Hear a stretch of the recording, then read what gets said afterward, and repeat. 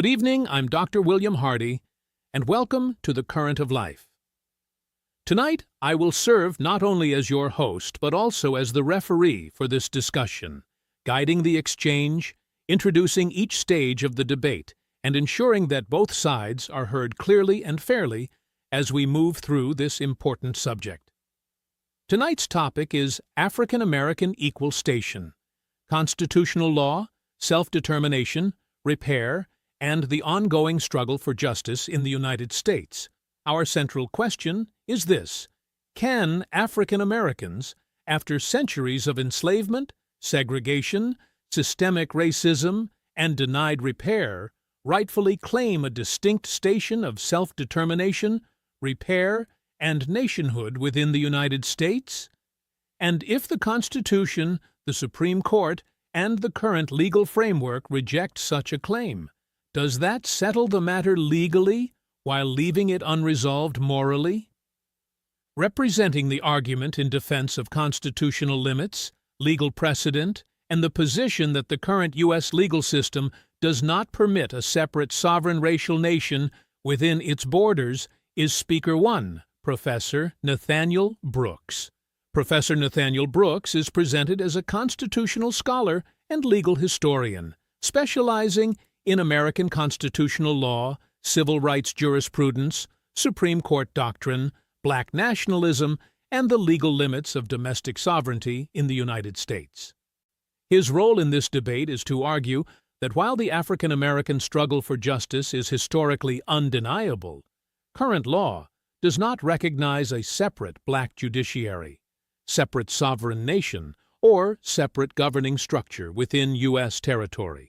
Representing the argument in favor of African American equal station, repair, moral justice, and self-determination is Speaker 2, Minister K. Jones. Minister K. Jones is an African American minister, the leader of Breaking Chains Ministry, a military veteran, and a student of anthropology at Southern New Hampshire University. He was stationed in Germany during his military service, and through military service, marriage, and lived experience, has lived in Germany on and off for more than 20 years. His perspective brings together ministry, history, cultural experience, moral philosophy, and a deep concern for justice, identity, and the unfinished struggle for African American freedom and repair. Throughout tonight's program, I will introduce each stage of the discussion as we move from one major issue to the next, from equal station to constitutional law, to reparations, to self-determination, to the moral question of whether legality and justice can remain separated. This debate is not only about what is legal, it is about what is just. I'm Dr. William Hardy, and this is The Current of Life. Let us begin. Professor Brooks, we'll begin with you. You may direct your opening question to Minister K. Jones. Thank you, Dr. Hardy. Minister Jones, before we move into the Constitution, reparations, sovereignty, and the broader legal questions, I want to begin with the foundation of your argument. When you use the term equal station, what exactly do you mean? Thank you, Professor Brooks. Minister Jones, you may answer the question. Well, thank you. When I use the term equal station, I mean more than equal treatment inside a system that was built against us. I mean African Americans standing as a people, a black nation in America, with our own rules, our own government, our own schools, our own institutions, and yes, our own judiciary. I mean the right to define our own freedom. I mean the right to build our own future. I mean self-determination, not someday, not symbolically, not by permission, but as a living claim of justice, dignity, and power. That is what I mean when I say equal station. Thank you, Minister Jones. So we begin with a definition that is already larger than civil rights inclusion alone. We are not simply discussing equal treatment within the existing order. We are now discussing nationhood, self-determination, and the possibility of distinct institutions. Professor Brooks, let me stay with you there.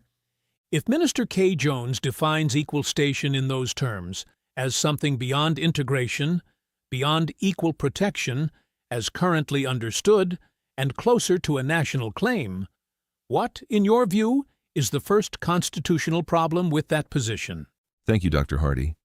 The first constitutional problem is that what Minister Jones is describing is not merely a demand for equality under law. It is a demand for a distinct political and institutional order within the territorial United States. And under current constitutional doctrine, that is where the claim meets its first major limit. The Constitution does not recognize a separate racial sovereignty within the Union. It recognizes the federal government, the several states, and federally recognized Native American tribes. But it does not recognize a distinct black judiciary, a separate black sovereign nation, or a separate black governing structure operating independently inside U.S. borders. So while I understand the moral force of the argument, the constitutional framework does not permit the kind of separate station Minister Jones is describing. Minister Jones, before you answer, let me sharpen the point so the audience can follow exactly where we are. Professor Brooks is saying that your argument may be morally forceful, historically understandable, and emotionally grounded, but that under the Constitution it still runs into a hard wall. In plain terms, he is saying the law does not allow the kind of national and institutional separation you are describing. So, let me put it to you directly. If the law refuses the structure you are calling for, is your argument that the law must be reinterpreted, or that the law itself stands morally discredited? My argument is that the law itself stands morally discredited when it refuses justice, because we are not talking about a small disagreement over policy. We are talking about a people brought into this nation through enslavement, held down through segregation, stripped through systemic racism, and denied repair generation after generation.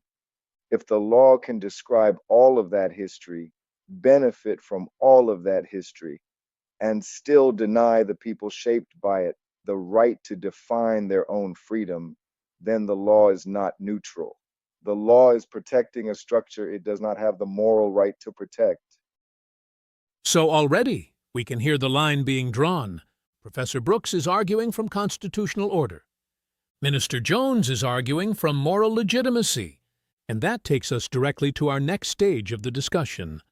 When law and justice collide, which one has the higher claim? Professor Brooks, let me return to you and press that point further. You have drawn a distinction between moral force and constitutional permission. But the nation itself was founded on a document that speaks of a long train of abuses and the right of a people to alter or abolish a government. So let me ask you directly, what is the legal and philosophical difference between the Declaration of Independence and the Constitution? And why does that distinction matter here? It matters because the two documents do very different kinds of work.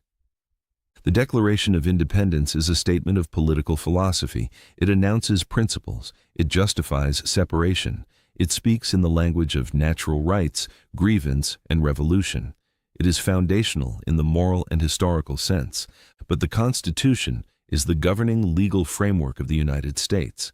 It is the enforceable law of the land. It creates institutions, distributes powers, defines procedure, and establishes the structure through which political change must occur. So when Minister Jones invokes the Declaration, he is invoking the moral language of resistance. When I invoke the Constitution, I am invoking the legal structure that governs what may actually be done under present law. That distinction matters because the Declaration may inspire a people, but the Constitution governs the state. Minister Jones, let me bring that to you directly. Professor Brooks is saying, in essence, that the Declaration may give you moral language, but the Constitution gives the country its legal rules. So, how do you answer that distinction? Are you saying the Declaration has continuing legal force, or are you saying its moral principles must still be used to judge the Constitution itself? I am saying that the Declaration cannot be treated like a dead ornament. Yes, the Constitution governs the structure of power. But the Declaration declares the meaning of political legitimacy itself. It says that when there is a long train of abuses and usurpations, when a people are reduced under despotism, they have the right to alter or abolish the government that oppresses them. So, no, I do not treat the Declaration as a decorative text for patriotic ceremony. I treat it as a standing indictment against hypocrisy. Because what kind of nation quotes the Declaration, celebrates the revolution, and then tells the descendants of the enslaved that the language of justice applies to everyone except them? But that is exactly where the distinction must be held. The Declaration explains why a nation was formed. The Constitution explains how that nation now governs itself. The Revolution was an act of rupture. The Constitution was an attempt to replace rupture with order. So while one may certainly invoke the Declaration in argument, it does not override the constitutional system that followed it. It does not itself establish a present legal right to secession, parallel sovereignty, or independent racial nationhood inside the United States. And I'm saying that is where the contradiction lives. Because if the Declaration's principles are real, then they must remain morally binding. If they are not morally binding, then the nation celebrates rhetoric it does not truly believe. Yes, the Constitution is enforceable law, but if that law permanently blocks justice, permanently delays repair, and permanently denies a people the right to define their own freedom, then the Constitution itself stands under judgment. Not outside judgment, under judgment. So, what we are hearing now is not just a disagreement over documents, but a disagreement over authority itself. Professor Brooks is saying the Constitution is the controlling legal authority.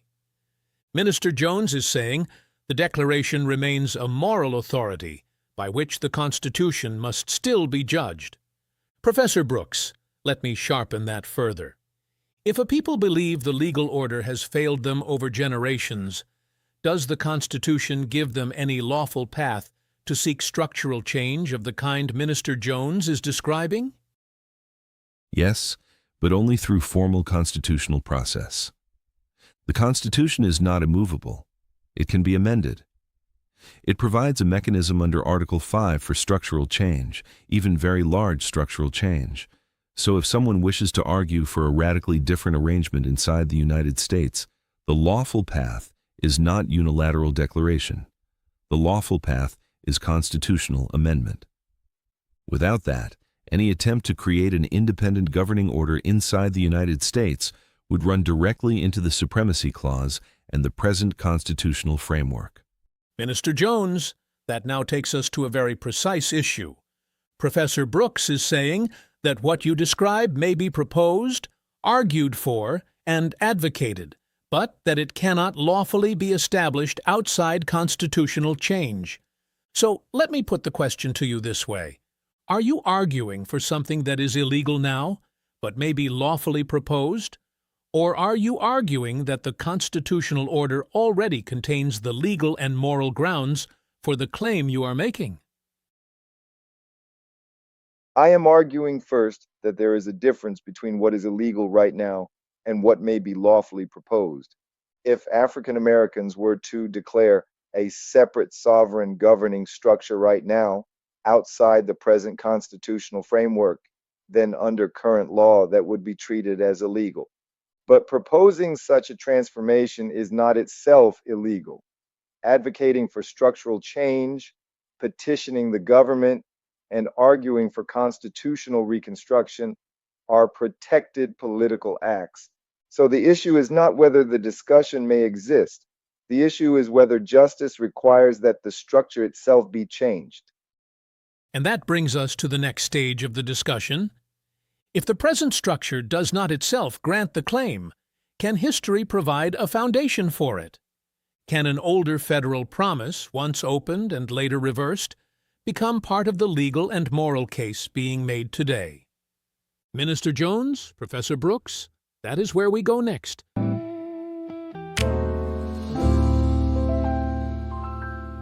Then let us test that claim against history. You are suggesting that this is not merely a theoretical demand, but one with a historical federal foundation. I assume you are referring to the wartime and Reconstruction-era policies surrounding land redistribution, black settlement, and what later came to be remembered as 40 acres and a mule. So let me ask you directly, Minister Jones, are you arguing that federal actions during that period amounted to a real legal recognition of black autonomy? Or are you arguing that they merely revealed a path that was later abandoned? Minister Jones, Professor Brooks is now taking the discussion into the historical record. The question before you is whether Reconstruction-era policy created only a temporary experiment, or whether it created a meaningful federal promise whose reversal still matters legally and morally today. How do you answer that? I answer it by saying that history did more than imagine a possibility. It opened a door. When Sherman issued Special Field Orders Number 15, confiscated Southern land was set apart for freed black families. That was not just abstract sympathy. That was land, territory, and settlement. And when the Freedmen's Bureau followed, the federal government moved further into the question of what repair and black self-direction might actually look like after slavery. So, no, I do not treat that history as fantasy. I treat it as evidence that the United States government moved, however briefly, toward a materially grounded black future. But that is exactly where precision matters. Special Field Orders Number 15 was a military field order issued in wartime. It was not a constitutional amendment. It did not create a permanent sovereign black nation. And the Freedmen's Bureau, however significant, was a reconstruction agency, not a charter for separate nationhood.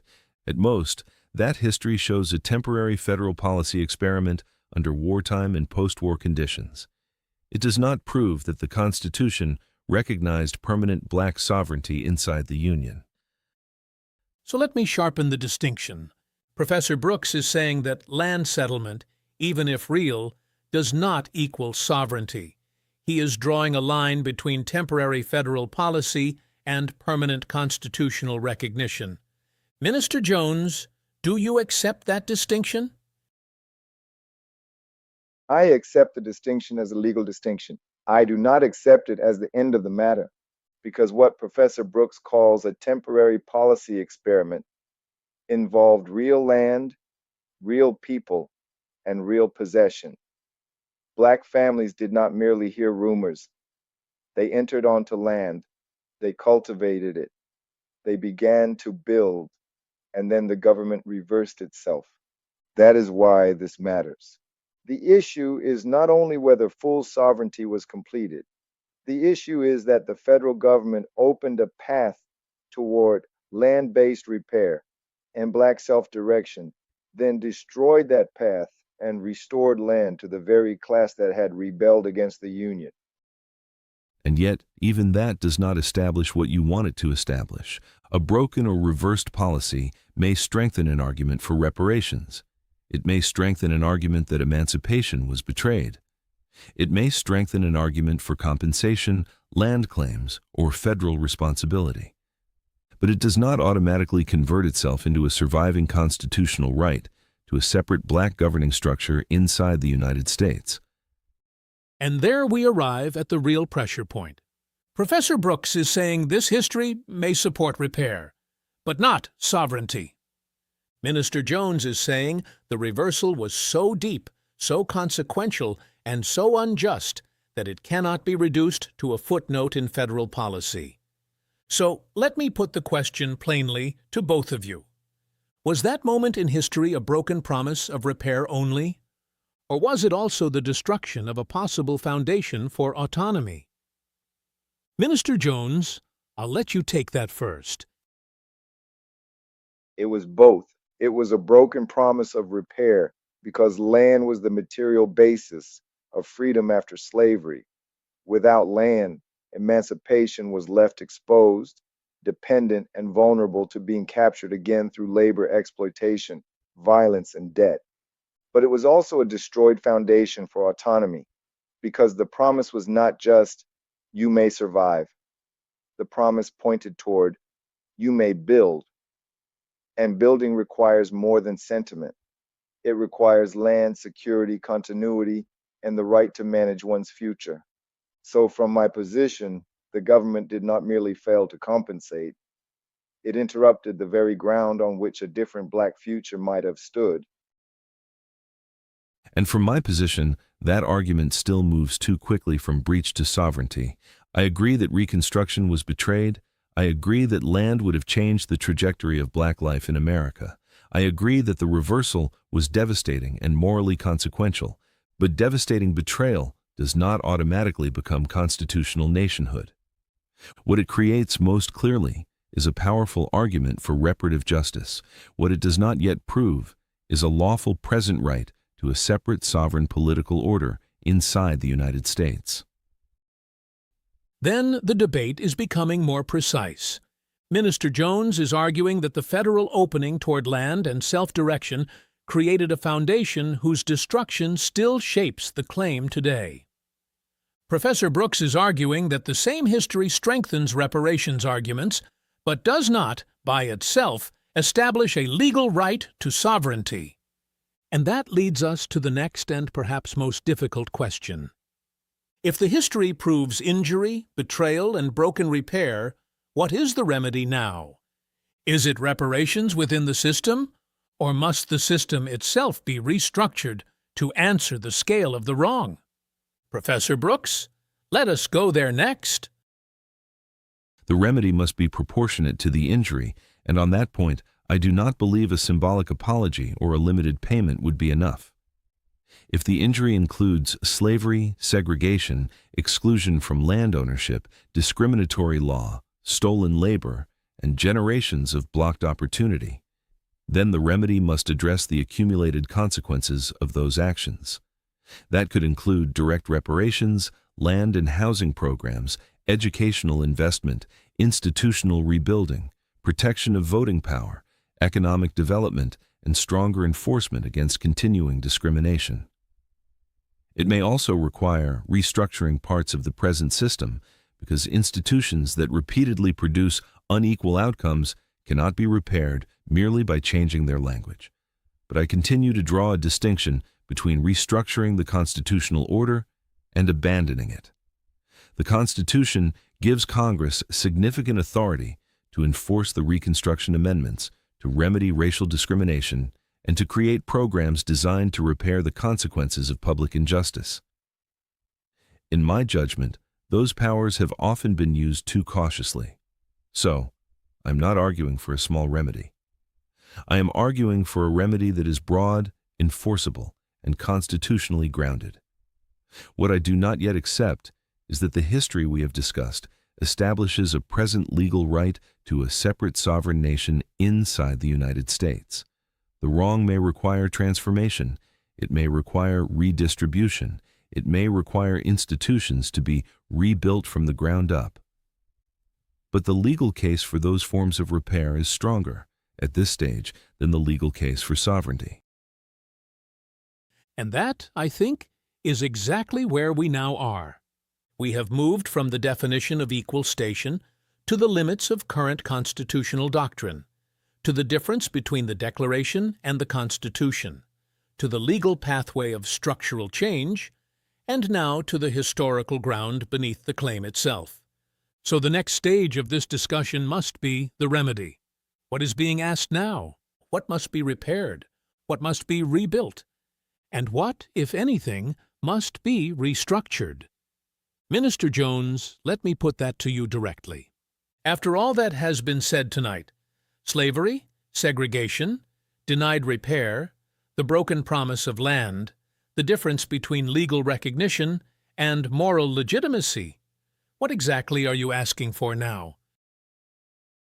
I am asking first for truth without evasion, because no remedy can begin where the crime is still being softened, reduced, or hidden behind language that makes the injury sound smaller than it was.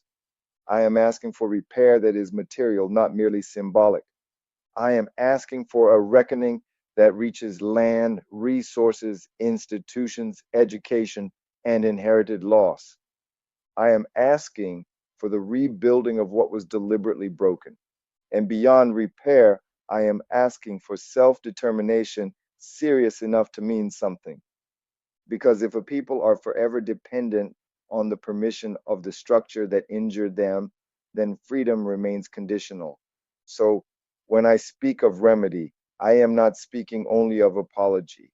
I am speaking of restoration, redress, reconstruction, and the right of a people to stand on a foundation that cannot be withdrawn whenever power grows uncomfortable. Oh, yeah. Ooh. Yeah. Braids and cornrows, more than style. Maps to freedom across each mile. History woven into every strand. Routes to liberation drawn by hand. From past survival to modern pride. Ancestral truth we still carry inside. New forms rise, but the meaning stays. Identity evolving through all our days. Gold chain shining in memories frame. Nameplate speaking identity name. From 90s bold to modern change. The meaning remains, those styles rearrange. Monograms flipped by Harlem's hand. Dapper Dan made luxury understand that culture can remix what power made. And turn street vision into runway grade. Then came flight through Michael Jordan's name. Changing sneakers from utility to game. Air turned fashion, culture turned gold. $1 billion story being told. From courts to streets to global scene. We shape what style and status mean. Not just wearing, but redefining space. Putting identity back in place. This ain't trend, this is truth. This is legacy. Live through you. From root to rhythm, art to flame. Rebuilt the culture, they learned the name. We are not borrowed influence. We are original force.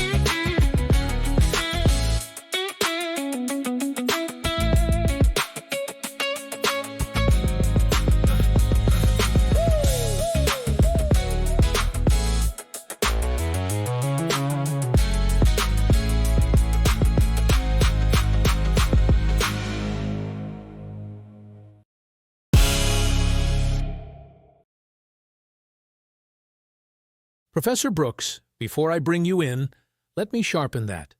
Minister Jones is saying that the remedy cannot stop at moral recognition. He is saying it must be material, structural, and durable. He is also linking repair to self-determination, meaning that compensation without power may still leave the injured dependent on the same order that failed them. Professor Brooks, what do you say to that? I say first that the scale of the injury is real, and so any serious discussion of remedy must begin with that acknowledgement. But I would separate several things that Minister Jones is pressing together. Reparations, redress, institutional investment, land claims, educational justice, and federal accountability are all one category of discussion. Separate sovereignty, parallel governing structures, and independent national status are another. And I do not believe those two categories can simply be merged without creating legal, political, and civic consequences far beyond the repair claim itself. So my position would be this: if the nation owes repair, then let that be argued seriously and concretely. Let it take the form of compensation, policy transformation, educational redress, land review, and institutional reconstruction where justified. But that is not the same as saying the United States must dissolve its constitutional order into parallel sovereign structures. But listen to what happens every time the question gets serious. The injury is admitted, the betrayal is admitted, the theft is admitted, and the delay is admitted. And then, when the remedy begins to approach actual power, actual land, actual control, actual self-direction, suddenly the language becomes caution, complexity, instability, danger. That is part of the pattern too, because people are often willing to acknowledge injustice so long as the acknowledgement does not require them to yield structure, comfort, or control. So, yes, Professor Brooks, I hear your distinction, but I am not convinced it is innocent. Then let me ask the question as directly as possible. Minister Jones, are you saying that reparations without self-determination are insufficient? I am saying they may be insufficient depending on what is meant by reparations. If reparations mean a symbolic check, a limited program, a scholarship fund, or language of regret without transformation, then yes, that is insufficient. If reparations mean serious repair, land, resources, institution building, protected continuity, power to shape the future, and a structure that does not leave Black freedom permanently dependent on white approval, then we are talking about something much closer to justice. So I do not separate the question of repair from the question of power. That separation has been one of the great tricks of this nation. And I would answer that by saying that power itself exists in many forms. One may pursue power through economic development, legal reform, education, land restoration, institutional strength, voting strength, local autonomy, and federal restructuring without necessarily arriving at separate sovereign nationhood. That is where I continue to resist Minister Jones's conclusion, because I do not deny that the remedy must be serious. I deny that seriousness automatically leads where he wants to go. So then, perhaps, this is the cleanest way to state the disagreement. Professor Brooks is not denying that the remedy must be larger than symbolism. Minister Jones is not willing to accept a remedy that repairs injury while leaving power untouched. Professor Brooks is arguing for profound redress within an amended or reformed constitutional framework. Minister Jones is arguing that true remedy may require a deeper restructuring of power itself. Minister Jones, let me ask you one step further. If you had to name the remedy in its fullest form, what would you call it? Reparations, reconstruction, equal station, self-determination, or something else? I would call it all of those, but if I had to name the deepest word, I would call it repair with power, because repair without power can be reversed. Repair without land can be hollow. Repair without institutions can be absorbed. Repair without self-determination can be supervised by the very structure that caused the injury. So yes, I say reparations. Yes, I say reconstruction. Yes, I say equal station. Yes, I say self-determination. But underneath all of those words, I mean this: a people must never again be left in a condition where their freedom depends entirely on someone else's permission. Professor Brooks, final response on this section. Then I would say this. Minister Jones is pressing the nation toward its most difficult moral question, and I do not dismiss that. But if remedy is to endure, it must also be lawful, governable, and capable of commanding legitimacy across the constitutional order. Otherwise, the proposed cure risks deepening fracture instead of establishing justice. So I remain where I began. The injury is profound, the betrayal is undeniable, the repair claim is serious. But the move from repair to sovereignty, or from redress to separate governing authority, still requires an argument that has not yet been completed. Then this section has brought us to the core divide. Minister Jones is arguing for repair with power. Professor Brooks is arguing for repair with constitutional continuity. And now the final question before us is this: can a nation truly repair a people while keeping full control over the structure that injured them? Or does justice require that those once denied humanity gain not only repair, but lasting authority over their own future? That is where we turn next. Then let us move directly into one of the deepest divisions in this entire discussion: reparations. Because this is where moral argument, public opinion, race, history, economics, and law all collide at once. Professor Brooks, let me begin with you. A great deal of national polling has shown that support for direct cash reparations remains deeply divided, with strong opposition across much of the general population and especially among white Americans, while support among black Americans remains overwhelmingly high. Why does that divide remain so sharp? Because the country is not answering one question. It is answering two entirely different questions at the same time. For many black Americans, the question is systemic. How does a nation repair a long chain of state-backed theft, exclusion, and denied wealth accumulation? For many white Americans, the question is personal. Why should people today pay for wrongs they did not individually commit? And that distinction drives the divide. Opposition often rests on several recurring arguments. Some say too much time has passed. Others argue that contemporary citizens should not bear liability for historical crimes.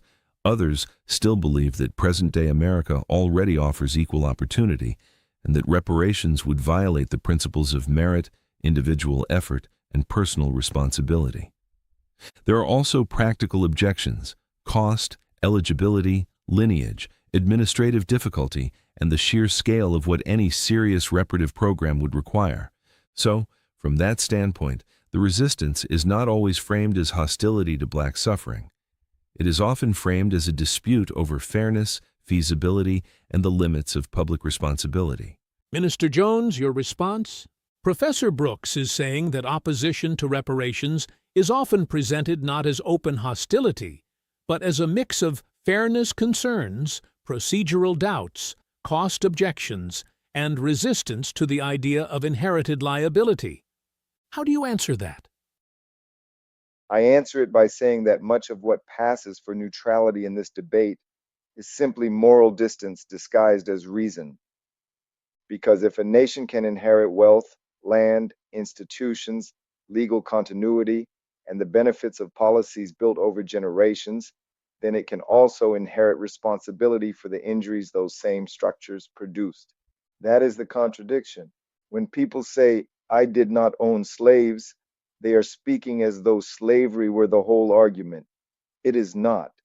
The argument is about a continuous structure: slavery, segregation, redlining, exclusion from wealth building systems, unequal education, labor exploitation, dispossession, and denied repair.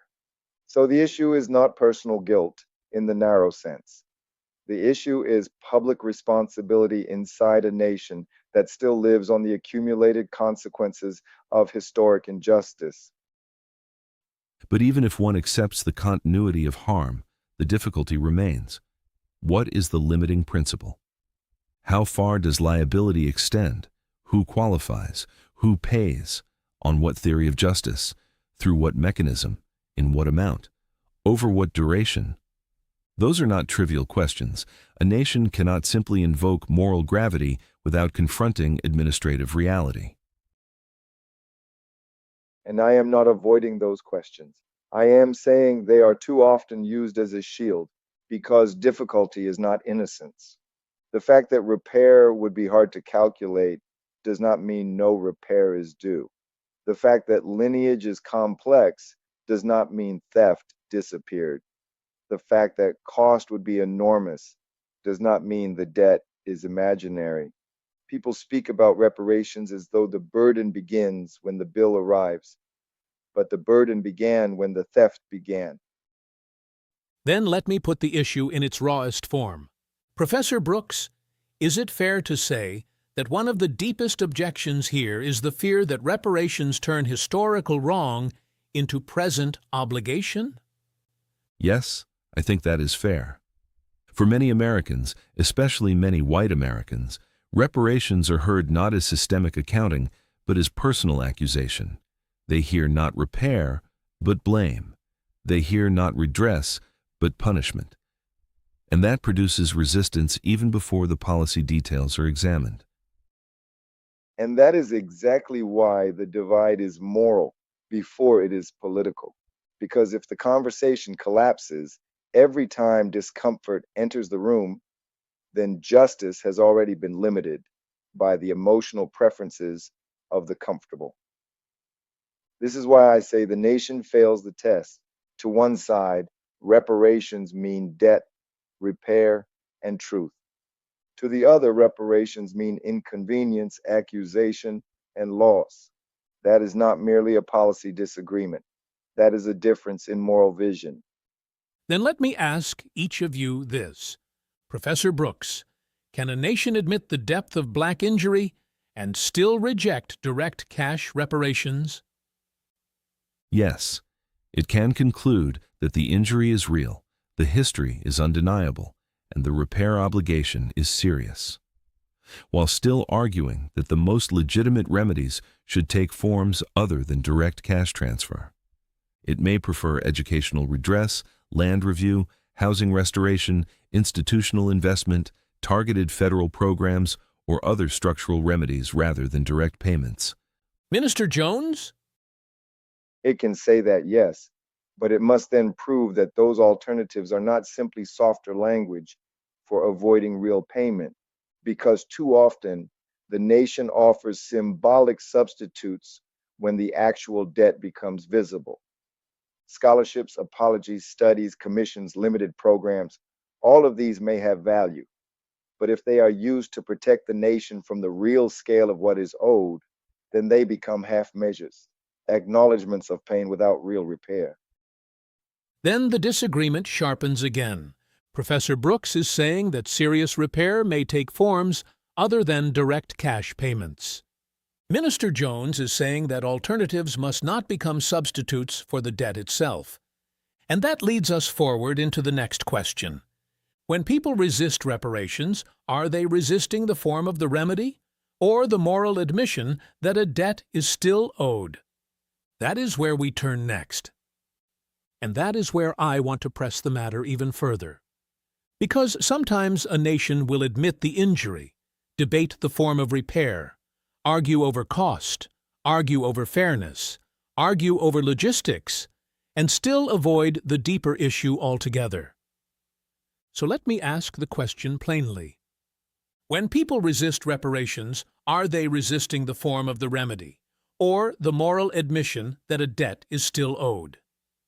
Professor Brooks, I'll begin with you.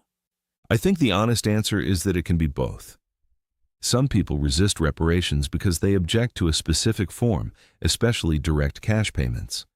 Others resist because they do not believe the debt can be meaningfully translated across generations in a way that is fair, administrable, and constitutionally sustainable.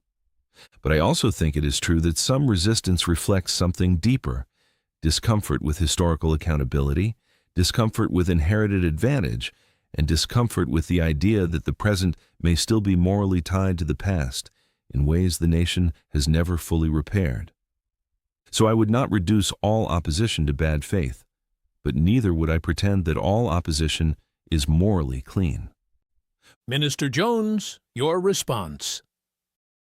My response is that the deepest resistance is not to the method, it is to the admission.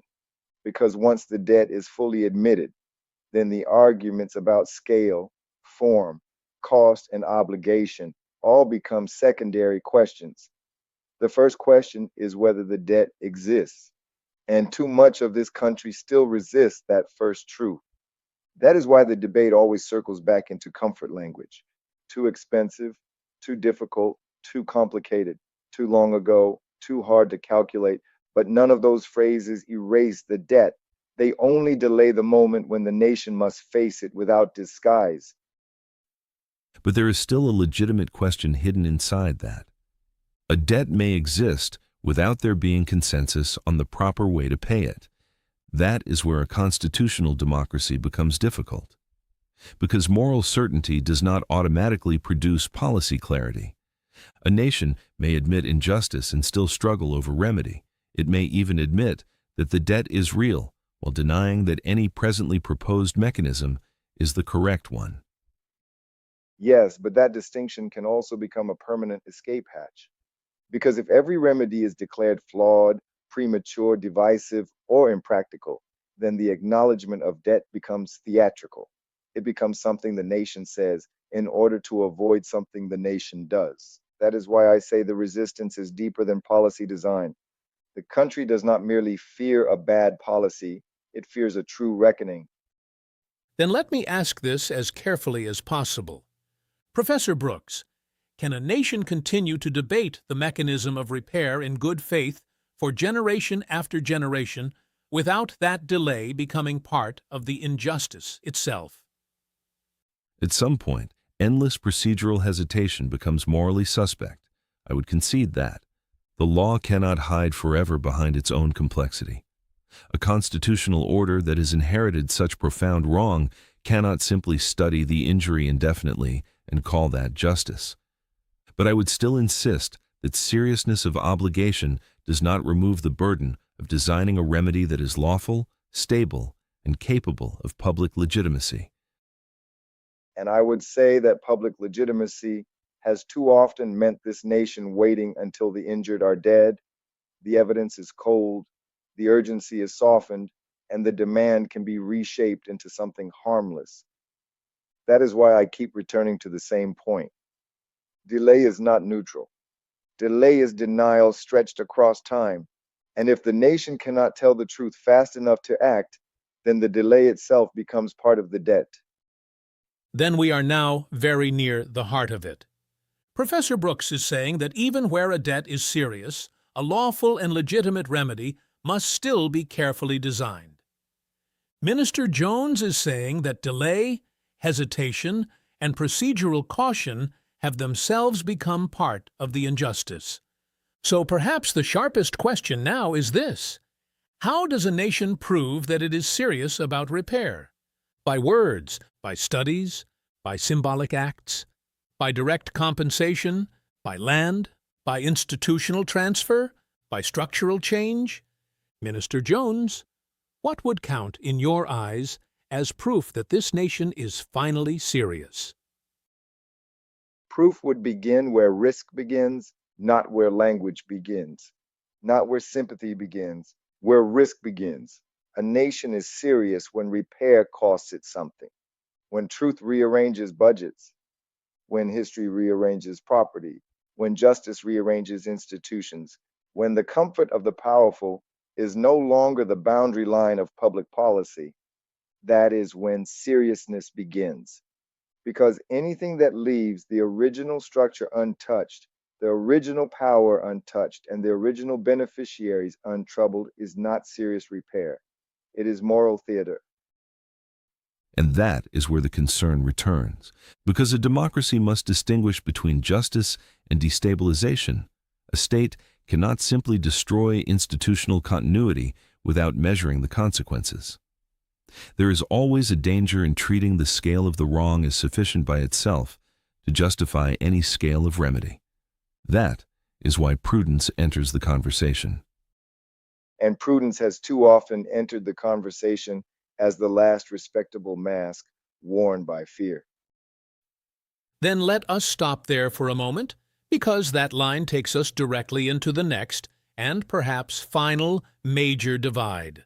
When one side says prudence and the other hears fear, when one side says stability and the other hears protection of the unjust order, how is that conflict to be judged? That is where we turn next. Then let us move from theory to precedent. Because once people hear that courts are blocked, the next question is immediate. Has the United States government ever actually paid direct cash reparations to a group it wronged? Minister Jones, I want to begin with you there. Yes, it has. And that is exactly why people must stop pretending that direct cash reparations are some impossible fantasy. Japanese Americans secured direct cash payments from the federal government through the Civil Liberties Act of 1988.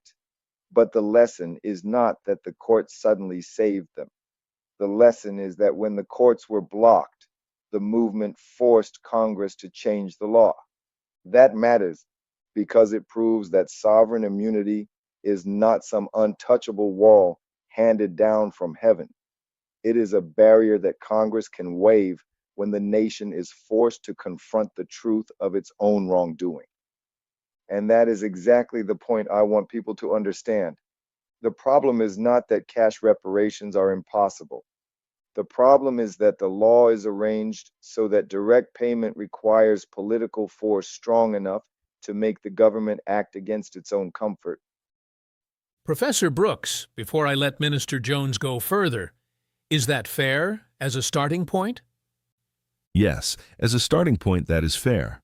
Congress did authorize direct cash reparations to Japanese Americans through legislation. So, as a constitutional matter, the federal government can choose to do such a thing. But that does not erase the major differences between that case and the present debate over African American reparations. Minister Jones, continue. And I do not deny there are differences, but the core lesson still stands. Japanese Americans did not win by waiting for a judge to rescue them. They built an official historical record.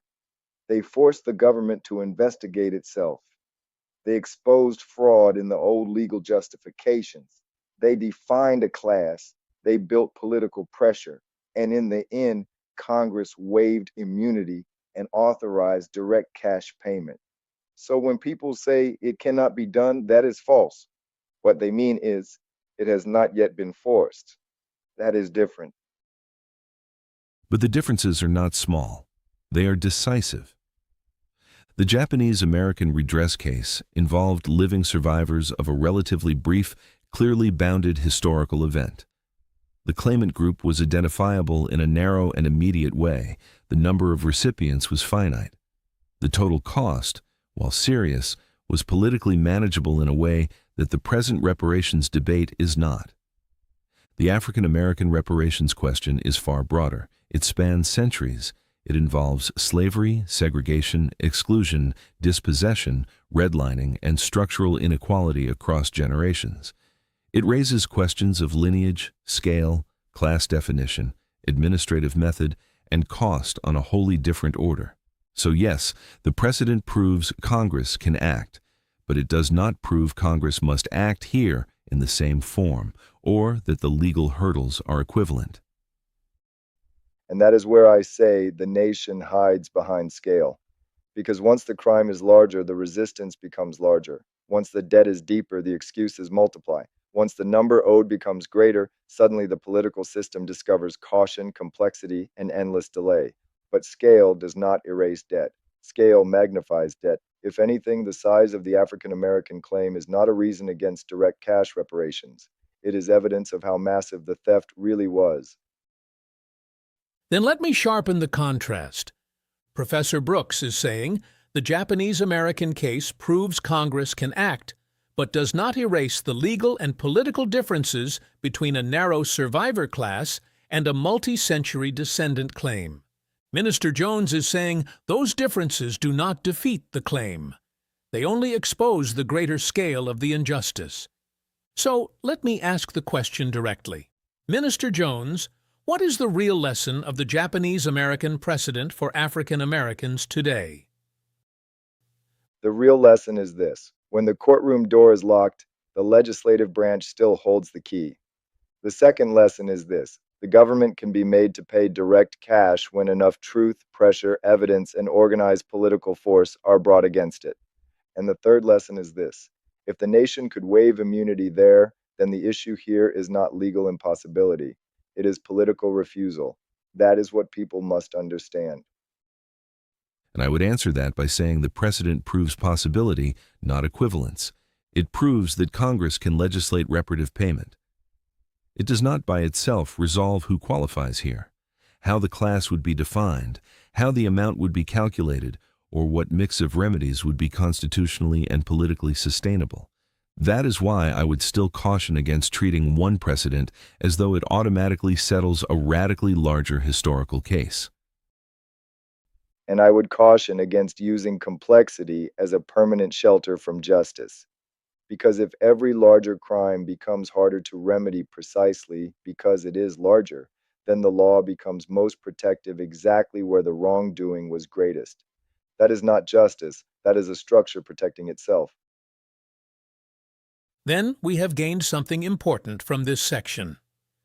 Minister Jones is arguing that the Japanese American precedent proves direct cash reparations are legally possible when Congress is forced to act.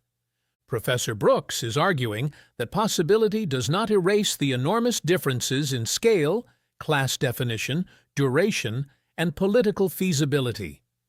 And that leads us to the next question. If direct cash reparations are possible in law, but blocked in politics, then what must be built to overcome that resistance? A commission? A record? A movement? A federal bill? Or all of the above? That is where we turn next. Then let us take the next step directly. If direct cash reparations are legally possible in theory, but politically blocked in practice, then the question becomes unavoidable. What must happen when a people pursue justice through lawful means, identify the barriers clearly, name the laws and doctrines that block repair, and still find the door shut? Minister Jones, let me put that to you directly. What is the next duty of a people when the lawful path is acknowledged, but the unjust structure still refuses to move? Then the struggle must deepen. And let me be clear about what I mean. I do not mean disorder for its own sake. I do not mean confusion. I do not mean surrender to hopelessness. I mean that when unjust laws, obstructive doctrines, and political refusal continue to block repair, then African Americans must wage an open, disciplined, relentless fight against those laws and against every legal and institutional hindrance that keeps justice from being done. That fight must be lawful, organized, strategic, and unyielding. It means challenging the law in public. It means exposing the barriers in plain language. It means forcing the nation to see that the problem is not merely unpaid debt, but a structure written and maintained to keep that debt from being paid. It means amendment where amendment is needed. It means repeal where repeal is needed. It means legislation where legislation is needed. It means building the record, building the movement, building the pressure, and building the power to make refusal more costly than justice.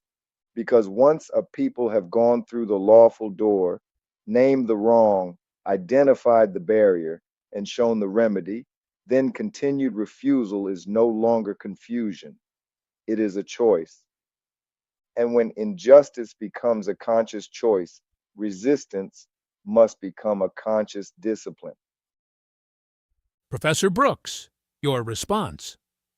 Minister Jones is saying that when lawful pathways are blocked by unjust laws, immunity doctrines, political fear, and endless delay, the answer is not retreat, but intensified struggle against the structure itself. How do you answer that? I answer it by saying that there is an important distinction between opposing an unjust result and delegitimizing every institution that produces it. A constitutional order can be morally slow, politically compromised, and still remain the framework through which durable change must be won.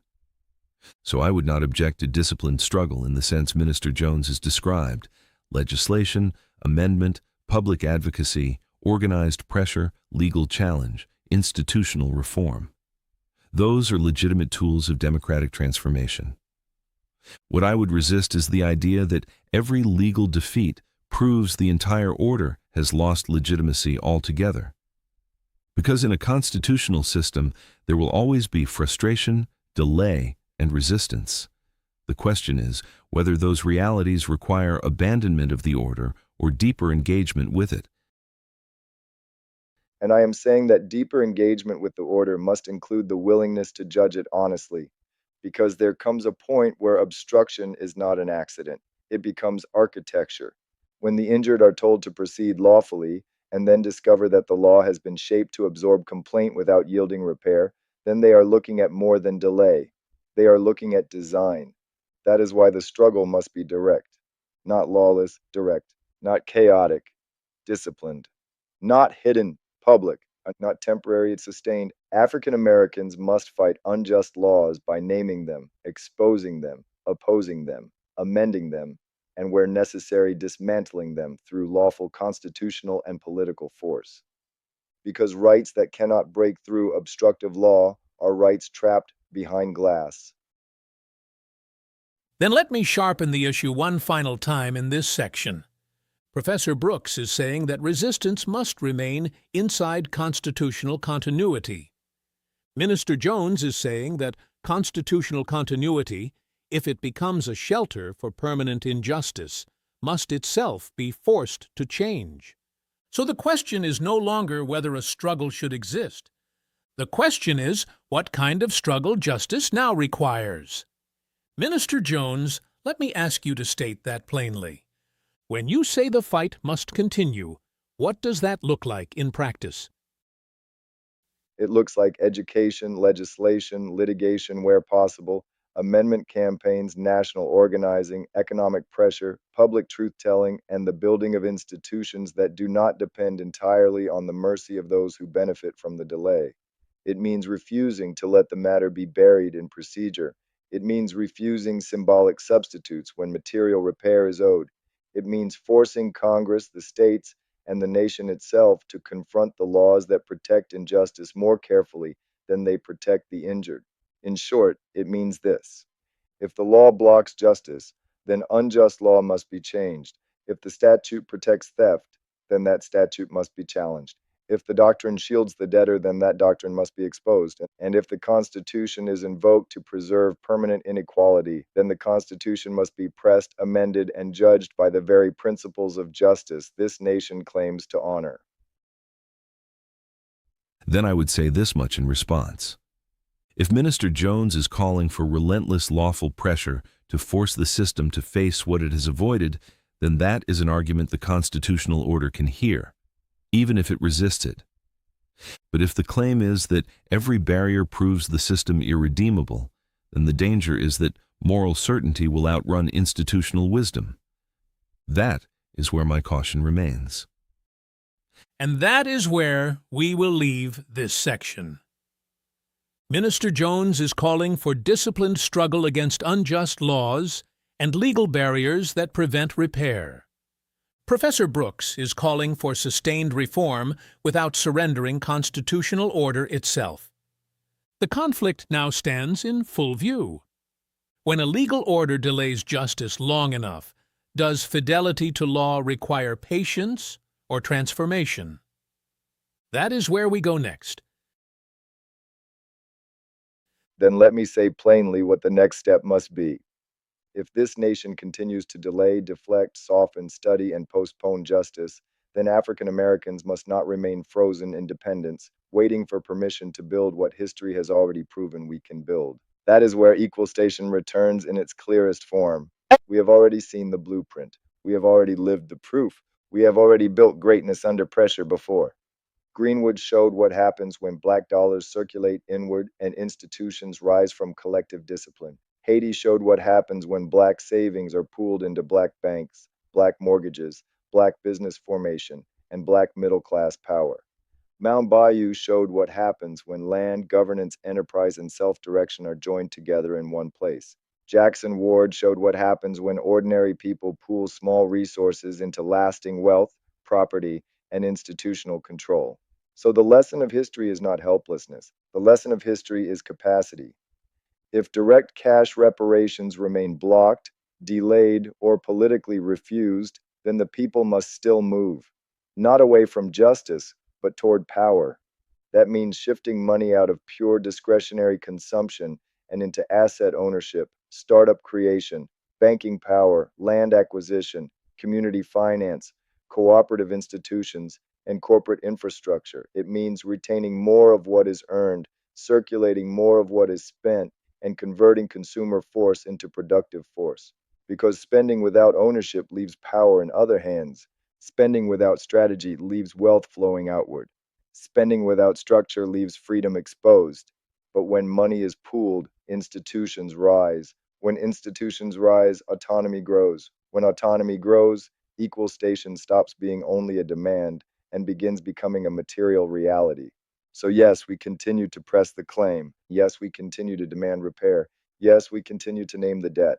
But while the legal and political battle continues, we do not stand still. And we build, we pool, we retain, we invest, we found, we acquire, we circulate, we scale, because the positive lesson from our own history is that Black Americans have already demonstrated the intelligence, discipline, resilience, and economic genius required to create self-sustaining ecosystems under far harsher conditions than these. That is why I say this is not only about what is owed, it is also about what can be built.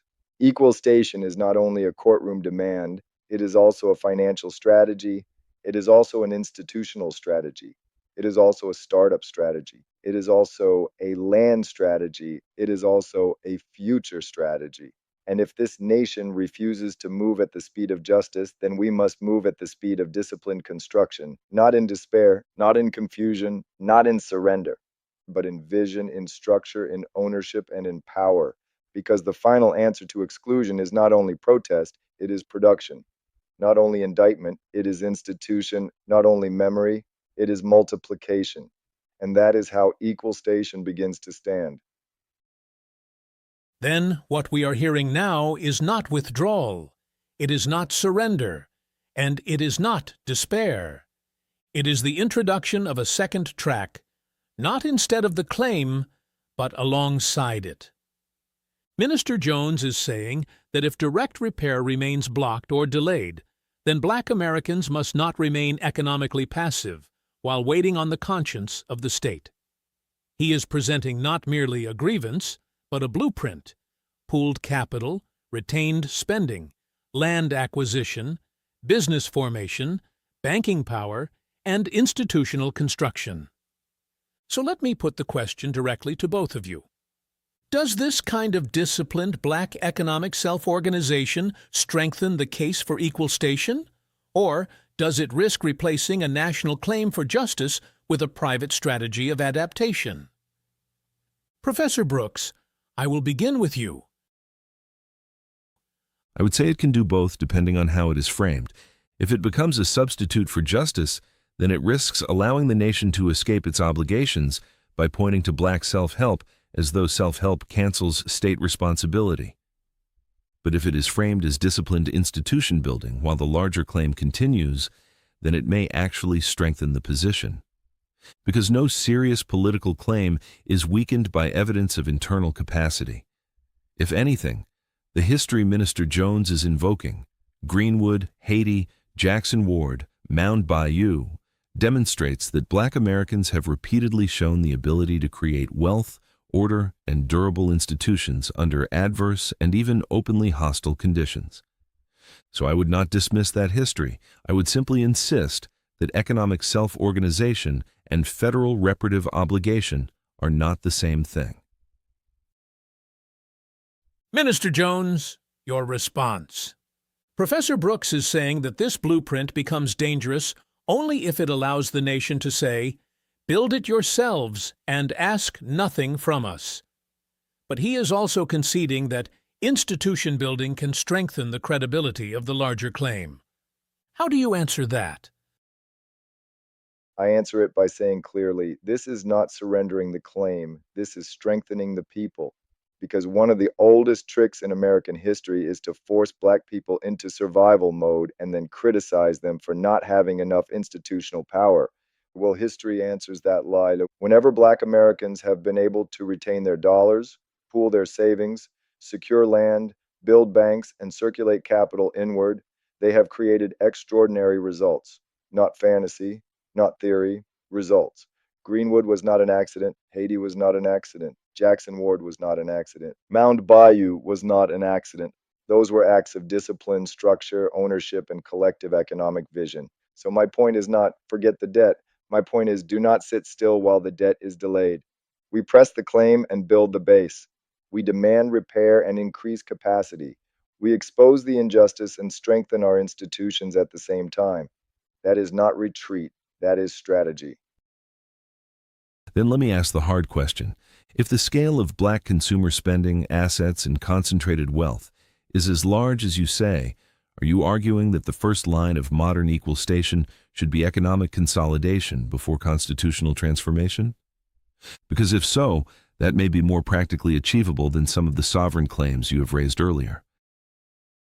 I am saying the two must work together, because economics without justice can still be looted, and justice without institutions can still be delayed. So, yes, we need consolidation. We need pooled investment. We need land. We need startups. We need banks, capital, corporate infrastructure, and ownership structures that retain wealth rather than simply spending it outward. But we also need the national claim to remain alive, because stolen labor, stolen land, denied wealth, and blocked repair do not disappear just because the injured become industrious. Industry does not cancel debt. Success does not erase theft. Self-help does not absolve the state. So I am not choosing between the two. I am saying the people must do both. Then let me sharpen the economic question itself. Minister Jones, when you speak of black spending power, assets, and concentrated wealth, what are you really saying the community has in its hands right now? I am saying this. There is already enormous power flowing through Black America, but too much of it exits as consumption before it can become structure. If trillions flow outward year after year in spending, then part of the question becomes how much of that can be redirected into ownership? How much can move into land? How much into cooperative financing? How much into startup capital? How much into manufacturing, technology, logistics, media, food systems, housing, healthcare, and education? Because every dollar that merely passes through the hand is one thing, but a dollar that enters a structure, stays in circulation, and multiplies through ownership becomes something else entirely. That is where equal station begins to become visible in material form. And if that is the claim, then I will say this much. It is difficult for any serious observer to object to disciplined capital formation, lawful enterprise, land acquisition, community finance, or internal institutional development. Those are legitimate tools available within the existing legal order. My caution would be only this. Such efforts still face market risk, governance risk, internal fragmentation, and the danger of over-romanticizing past models without fully accounting for why many were destroyed or absorbed. And my answer is that destruction is not an argument against building. Greenwood was destroyed. That is true, but the lesson is not do not build. The lesson is understand what was powerful enough to be attacked. Haiti was undermined. Jackson Ward was cut through. Mound Bayou faced pressure. That does not disprove the model. It proves the model mattered. So yes, we must learn from history fully. We must protect better, govern better, scale better, and plan better. But I reject the idea that vulnerability is a reason against institution building. Vulnerability is part of why the institutions are necessary. Then perhaps this is the emerging synthesis of the section. Minister Jones is arguing that equal station must become material through pooled capital, ownership, institutional retention, and economic construction. Professor Brooks is conceding that such lawful self-organization is legitimate, while warning that it does not automatically substitute for justice or guarantee stability. So let me ask the closing question of this section. Minister Jones, if you had to name the principle beneath this economic blueprint in one sentence, what would it be? I would say this: if justice is delayed, then we must not delay our own construction. And Professor Brooks? I would say this. Construction may strengthen the claim, but it does not eliminate the need to define clearly what justice requires and who is bound to provide it. Then we have reached another important threshold. We now have before us not only a claim for repair, but a blueprint for disciplined economic power built alongside that claim. The question that remains is whether that dual strategy, demand and construction, repair and institution, compensation and capital formation, can carry equal station from argument into durable reality. That is where we will go next. Free at last.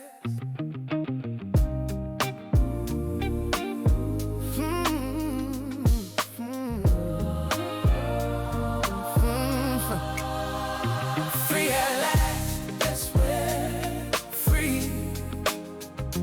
Free at last. Let the whole world see. Yeah. Thank the Almighty, we stand at last. Broken the chains that held us in Gentlemen, we have crossed a critical bridge in this dialogue. We have analyzed the moral debt, mapped the constitutional brick walls, examined the Japanese-American legislative blueprint, and dissected the multi-trillion-dollar economic engine of Black America. The question is no longer why, the question is how. Minister Jones, you are arguing that equal station is no longer just a demand made upon an unwilling federal government, but a concrete blueprint to be constructed by the people themselves. You speak of awakening the mind, ringing the alarm, and moving from strategy to direct action. But a nation-building model cannot run on energy alone. It requires a durable architecture. Dr. King warned us that a movement without institutionalized organization is like oil on water.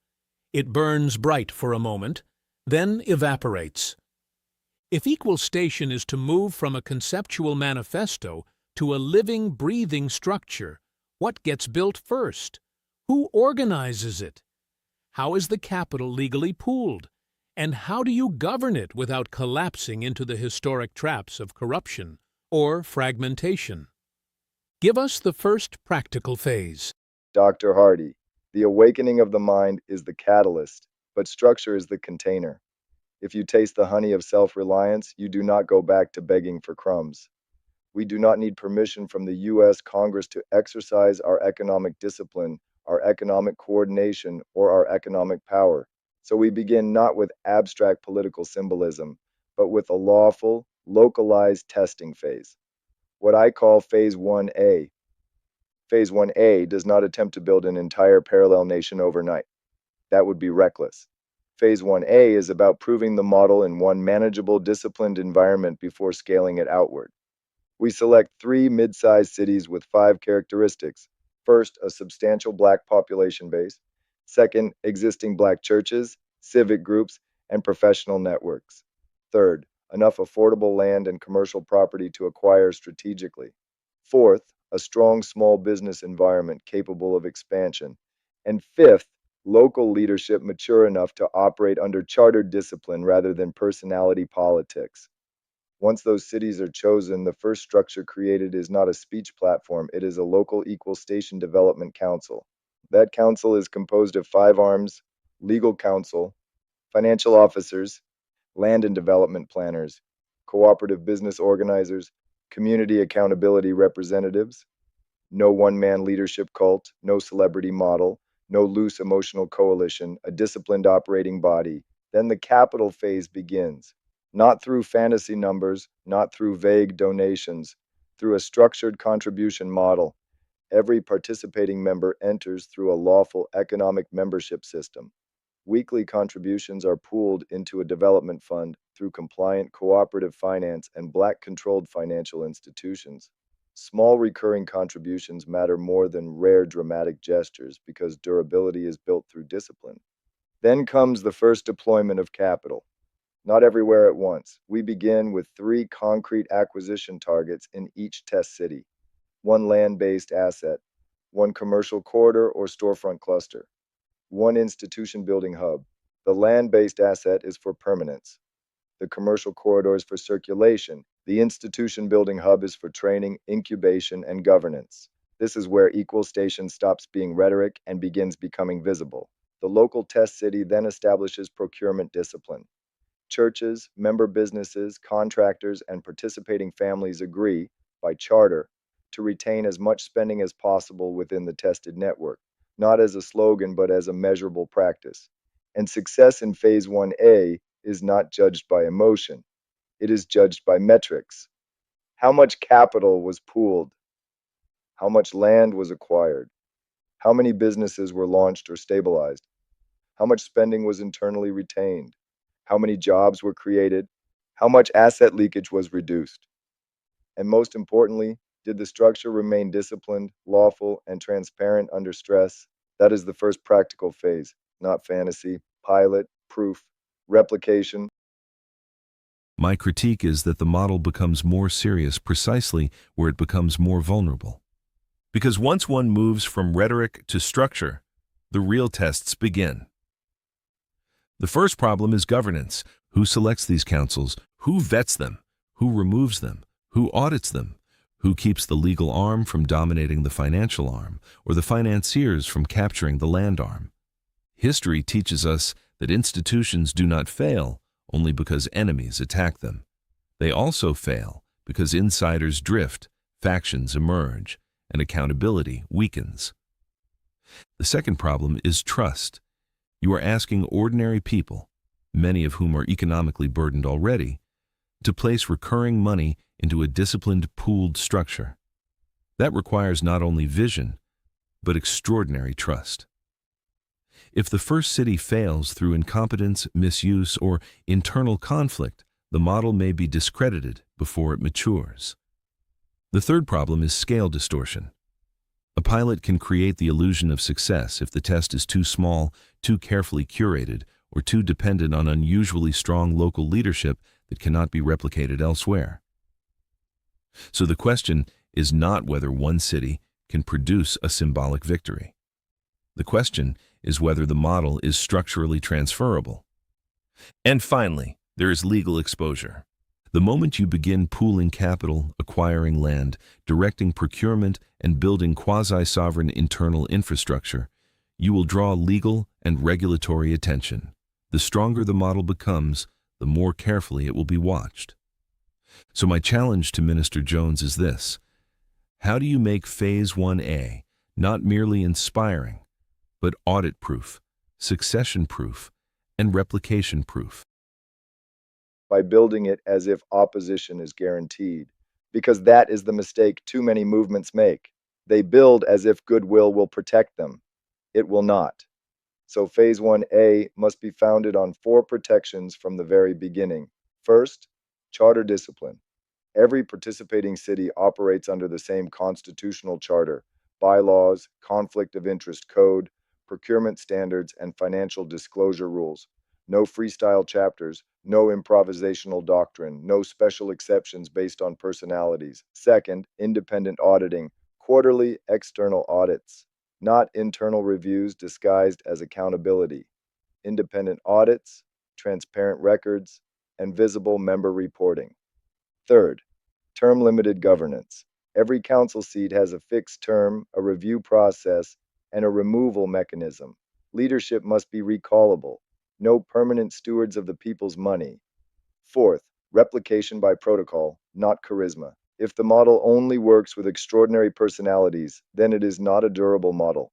So every city must be able to follow a written operating framework with measurable standards. That is why I call it localized testing. Testing is not weakness. Testing is wisdom. We do not scale confusion when we scale what survives pressure. Then let me sharpen the matter even further. Minister Jones, if you had to describe the first year of Phase 1A in one sentence, what would you say the objective is? The first year objective is simple: to prove that disciplined Black capital, when lawfully organized, transparently governed, and strategically deployed, can begin turning consumption into structure at the local level. Professor Brooks? And I would say the first-year test is whether the structure can survive its own people, its own pressures, and the law's scrutiny at the same time. Then the issue is now clear. Minister Jones has moved Equal Station into Phase 1A, a localized, measurable pilot model built through chartered governance, pooled capital, land acquisition, institutional hubs, and disciplined economic retention. Professor Brooks has raised the central warning that no blueprint matters unless it can survive governance failure, trust breakdown, legal pressure, and the burden of replication. So the next question becomes unavoidable. If the local model begins to succeed, what legal instrument most securely protects land, territory, and community control from outside capture? That is where we go next. There is power, not only in protest, but in position. Not only in voice, but in value. Yeah. 1.3 trillion flowing every year, yet the system still acts like we ain't here. Projected rise to 1.7 strong, but access to equity still goes wrong. 13% of discretionary spend, yet equality still bends in the end. We build the base, we move the trend, but ownership is where it must ascend. Spending power ain't just survival, it's leverage. Circulating wealth creates community treasure. When we invest in our own, we multiply gain. Economic unity breaks invisible chains. Power in the dollar, power in the choice, power when the people unify their voice. Spend it with purpose, build it with vision. Economics becomes a new form of decision. Then let us go to the next unavoidable question. If Phase 1A proves that Equal Station can function as a disciplined local pilot, then the issue immediately becomes land, capital, and protection. Because a movement does not become durable simply because it is inspired. It becomes durable when it can hold territory, retain assets, absorb capital, and protect itself from outside capture. Minister Jones, you have argued that Equal Station must move from consumption to ownership, from scattered spending to pooled structure, and from dependency to disciplined construction. So, let me ask you directly, what legal instrument most securely protects land from outside capture?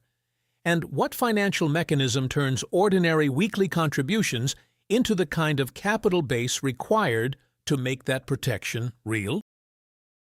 The legal instrument is the community land trust, and the financial mechanism is the sovereign capital pool. If Phase 1A proves the discipline of the people, then the community land trust becomes the shield that prevents the fruits of that discipline from being sold away, fragmented, or swallowed by outside speculation. That is why the land trust matters so much. A community land trust separates the ownership of the land from the ownership of the structures placed upon it. That means the land itself is held permanently for the collective purpose defined in the charter. Homes can be built, businesses can be built, schools, health centers, incubators, and cultural institutions can be built, but the underlying land is not casually put back on the open market for extraction. That is how you create permanence, because one of the oldest wounds in Black history is this. We build value, and then value is taken. We stabilize a neighborhood, and then the land is captured. We create life in a place, and then the place is priced away from us. The CLT is one lawful answer to that pattern. It says, this ground is not a short-term commodity, it is a protected base. Now, how is it funded? Through the sovereign capital pool. And let us make the numbers plain, because people too often think in slogans instead of arithmetic. If 10 million Black Americans divert just $10 a week into a disciplined development fund, that produces $100 million every week. Over the course of a year, that becomes $5.2 billion in liquid investment capital. Not fantasy capital and not promised capital, liquid recurring capital. That is the power of fractions lawfully pooled. And if that kind of capital is directed through disciplined charters, audited governance, and legally insulated land trust structures, then Equal Station ceases to be an emotional aspiration and begins to operate as a land and capital strategy. The point is not that every person must be wealthy. The point is that collective discipline can create institutional scale. A people do not become powerless because they lack resources alone. They become powerless because resources remain scattered, leaking outward, and unorganized. The sovereign pool corrects that. The land trust protects the ground. The pool funds the acquisition. The charter governs the purpose. The people maintain the structure. That is the beginning of durable reality. Professor Brooks, your response. Minister Jones is saying that the Community Land Trust becomes the territorial shield, while the sovereign capital pool becomes the financial engine that feeds it. In other words, the legal form holds the ground, and recurring pooled discipline buys the ground. What is your critique? My critique is not that the model is unintelligent. In fact, the opposite is true. The model becomes more formidable precisely because it uses lawful instruments already recognized inside the American legal order. But that does not mean it is beyond danger. First, the Community Land Trust is not magical protection. It can help prevent speculative resale and outside capture, but it does not place land outside the reach of taxes, regulation, zoning law, litigation, or eminent domain power. So it is a strong instrument, but not an invincible one. Second, the capital pool introduces serious fiduciary risk. The moment one moves from moral language to billions of dollars in recurring pooled contributions, the structure begins to resemble a major financial organism. That means accounting exposure, securities scrutiny, governance obligations, member disputes, and compliance burdens all rise dramatically. Third, there's the question of participation realism. It is one thing to say that 10 million people contributing $10 a week would generate $5.2 billion annually. That arithmetic is straightforward. It is another thing to maintain disciplined participation over time across regions, classes, denominations, ideologies, and economic stress conditions. So my challenge is not arithmetic. My challenge is continuity. How do you make the people stay in formation long enough for the numbers to become structure rather than aspiration? By refusing to confuse emotion with discipline. That is the first answer. Because if equal station is to mean anything, then it cannot operate like a temporary excitement campaign. It must function like a covenantal economic discipline. The people must understand exactly what the contribution is doing, not give because it sounds noble, but contribute because this is how land is acquired, institutions are built, and dependency is reduced. The second answer is visible return. A people stay disciplined when they can see what discipline is producing. If the first acquisitions are visible, if the first business corridors are visible, if the first institution building hubs are visible, then trust grows because people are no longer financing abstraction. They are financing structure they can point to. The third answer is layered participation. Not everyone enters at the same level. Some contribute weekly, some contribute larger investment tranches, some contribute professional skill, some contribute land access, legal labor, planning expertise, or business incubation. The pool is not only cash, it is organized productive power. The fourth answer is this: the structure must be taught as self-defense, not charity. Because once people understand that land held in trust is harder to strip, and capital held in disciplined circulation is harder to drain, then the weekly contribution stops feeling like sacrifice and begins feeling like protection. That is the shift. Then let me sharpen the matter further. Minister Jones, if you had to define the relationship between the capital pool and the CLT in one sentence, what would you say? I would say this: the capital pool is the bloodstream, and the community land trust is the skeleton. The bloodstream moves the resources. The skeleton holds the body upright. Without the pool, the trust has no fuel. Without the trust, the pool has no protected ground on which to build. And I would answer that by saying the metaphor is apt, but the legal world remains unforgiving. A body can have blood and bone and still die from infection, mismanagement, or internal fracture. That is why I continue to insist that legal durability requires not only vision and contribution, but the most rigorous possible compliance culture.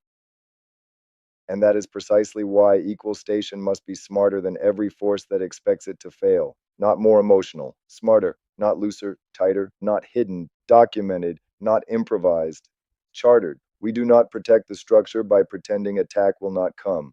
We protect the structure by building as though attack is inevitable. That is the discipline. Then we have arrived at another major threshold. Minister Jones is arguing that the sovereign capital pool and the community land trust together create the first true engine of permanence. One gathers the recurring capital, the other secures the land beneath the structure. Professor Brooks is warning that even a sophisticated model remains exposed to the realities of law, regulation, compliance, taxation, and the difficulty of maintaining disciplined participation over time. So now the next question becomes even more precise.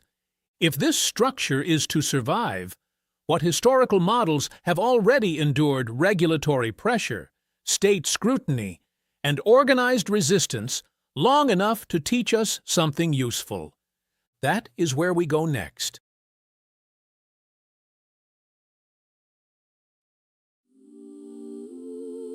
This ain't accidental. This ain't coincidence. structure. Ain't just hate, it's a system design, written in law and repeated through time. Hidden in policy, dressed up as fair, but look at the outcomes, it's clearly not there. Lines on a map where the wealth don't flow. Schools underfunded, the pressure still grow. Same rules written, but the results don't match. Same start line, different place where you at. Courts and the prisons connected in chains, economics tied into generational pain. Then let us take the next question exactly where it now belongs. If the sovereign capital pool is the bloodstream and the community land trust is the skeleton, then the next issue is survival. Because no structure is truly serious until we ask the hardest question of all. Can it endure pressure? Can it survive regulatory scrutiny, political hostility, legal attack, economic sabotage, and the internal fatigue that destroys so many movements before they become institutions? Minister Jones, before we continue building forward, I want to ask you to look backward. What historical models prove that cooperative black economic structures can survive pressure long enough to teach us something useful now? The first truth is that black collective structures have never survived by innocence. They survived by discipline. That is what history teaches, because whenever black people built institutions strong enough to matter, those institutions were tested. They were starved, watched, undermined, regulated, infiltrated, defamed, underfunded, or attacked. And yet some of them still endured long enough to leave a blueprint. That is why I look to the cooperative tradition not as romance, but as instruction. The lesson is not simply that black people can build. We already know that.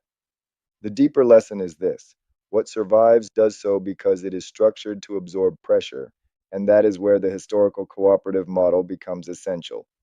Groups like the Federation of Southern Cooperatives understood something profoundly important. If black land, black farming, black credit, and black production remained purely individual, then they could be picked off one by one.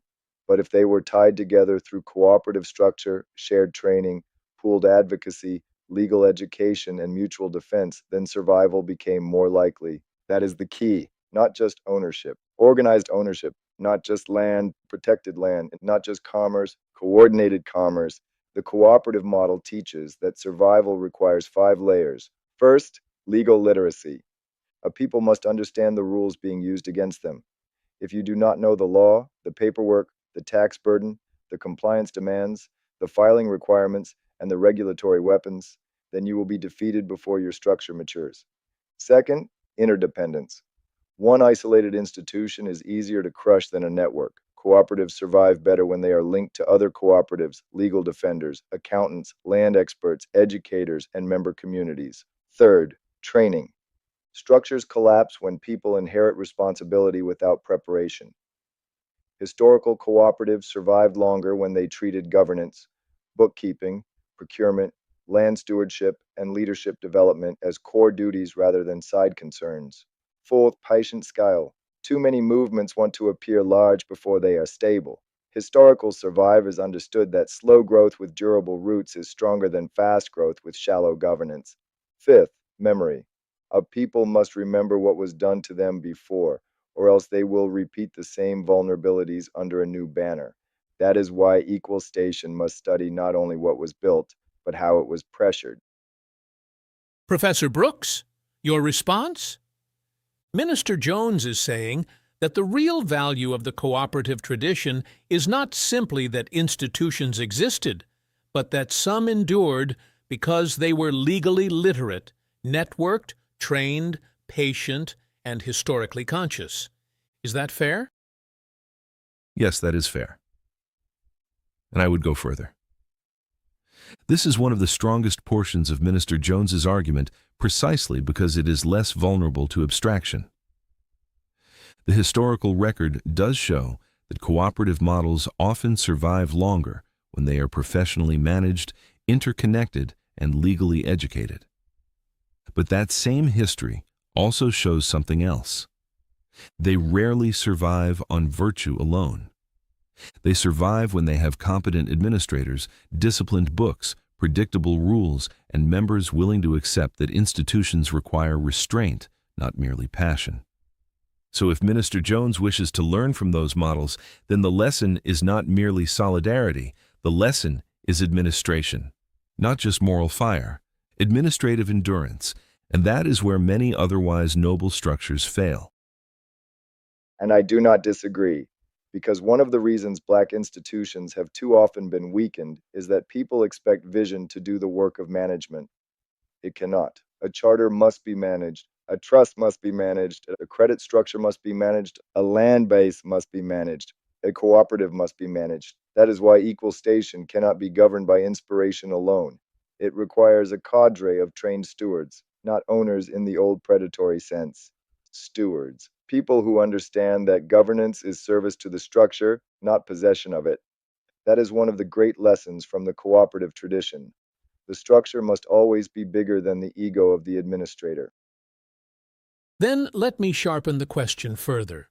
Professor Brooks, if you were to name the greatest historical danger facing a cooperative model like the one Minister Jones envisions, what would it be?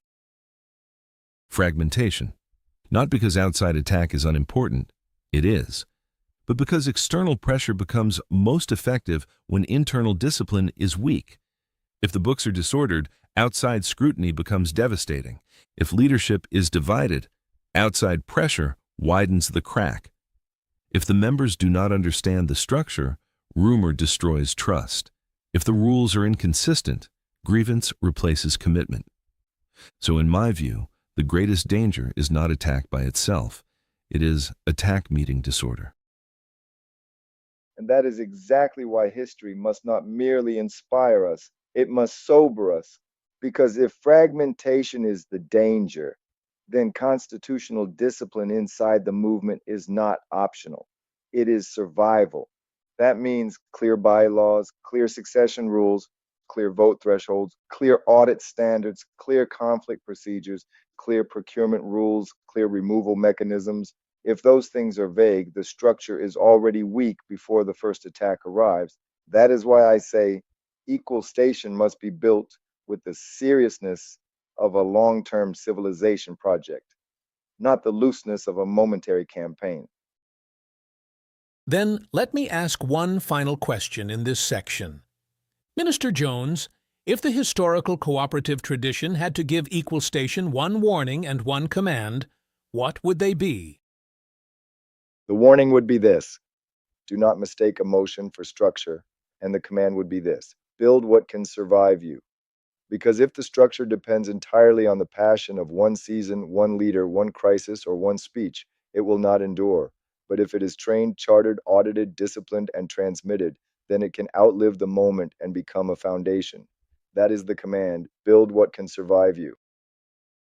And that, I would admit, is a principle any serious institutional tradition ought to respect. Then we have taken another important step. So the next question now becomes the most concrete of all. If the local pilot exists, if the land trust holds the ground, if the capital pool feeds the structure, and if the cooperative model teaches survival, then what does the first city actually do in year one, month by month, to make equal station visible on the ground? That is where we go next. This ain't accidental. This ain't coincidence. This is structure. Ain't just hate, it's a system design, written in law, then repeated through time. Hidden in policy, dressed up as fair, but look at the outcomes, it's clearly not there. Lines on a map where the wealth don't flow. Schools underfunded, the pressure still grow. Same rules written, but the results don't match. Same star line, different place where you at. Then let us come to the most concrete question yet. If the local pilot exists, if the land trust holds the ground, if the capital pool feeds the structure, and if the cooperative tradition teaches survival, then the question is no longer whether equal station can be imagined. The question is whether it can be seen. Minister Jones, I want you now to leave philosophy and enter calendar time. What does the first city actually do in year 1, month by month, to make equal station visible on the ground?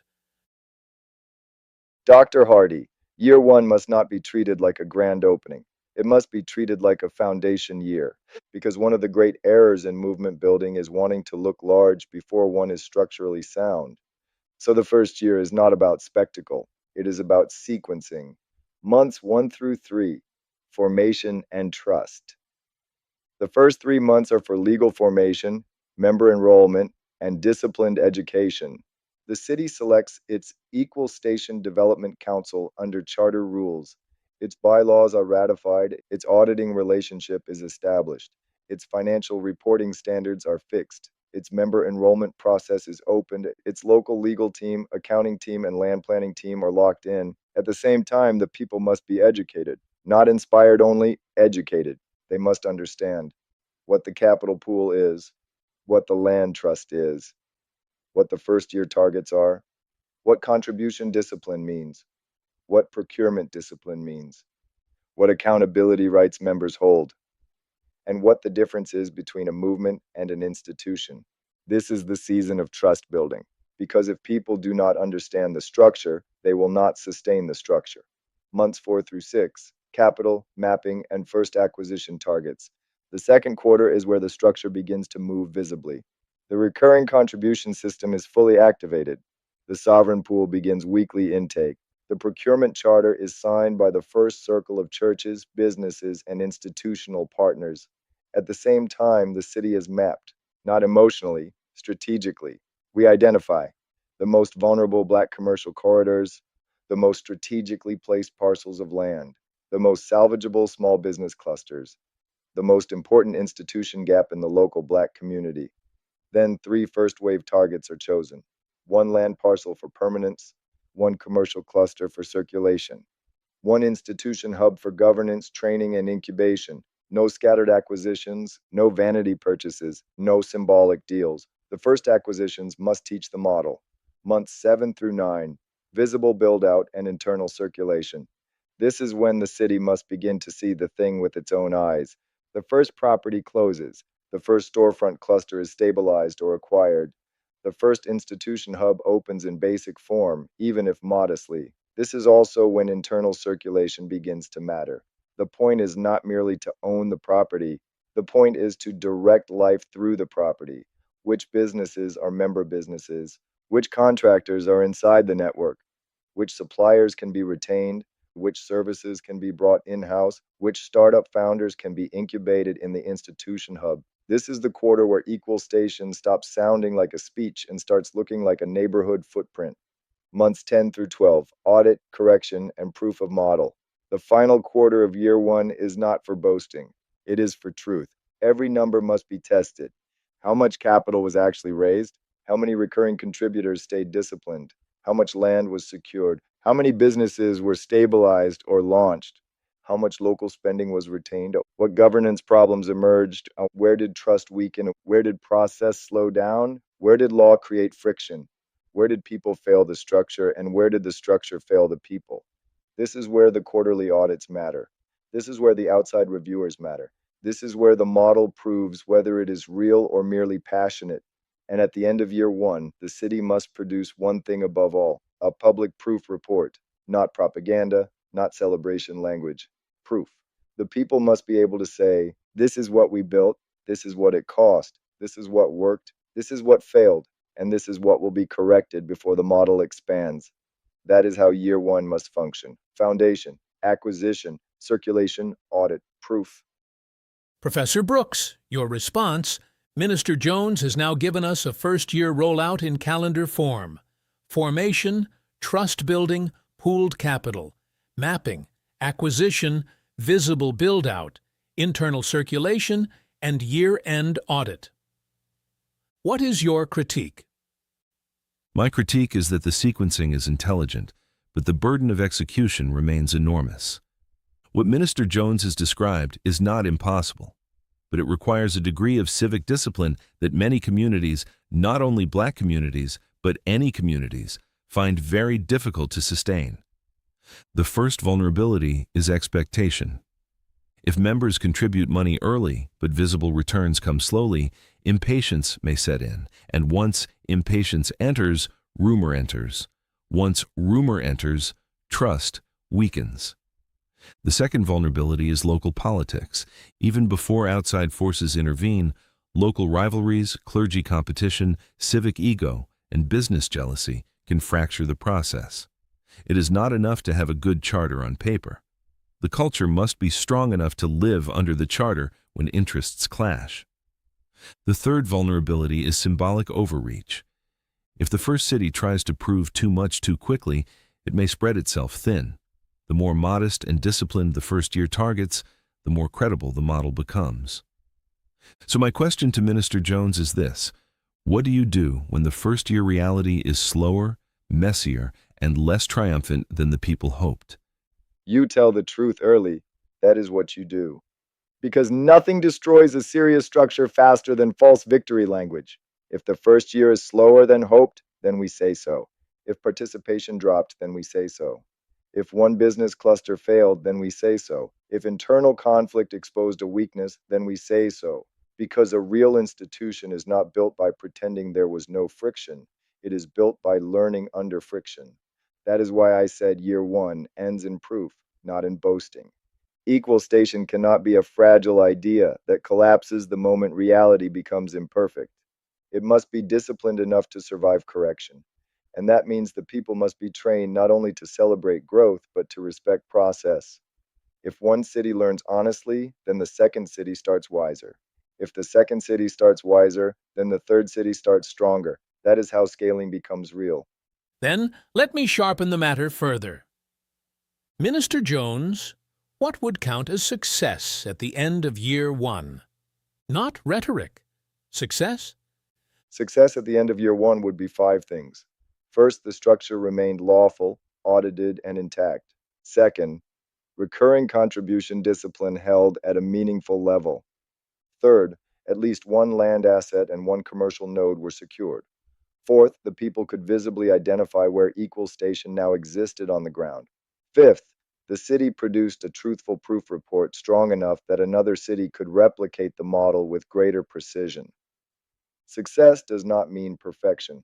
Success means the model has crossed the line from concept to reality. And I would say that is the right standard.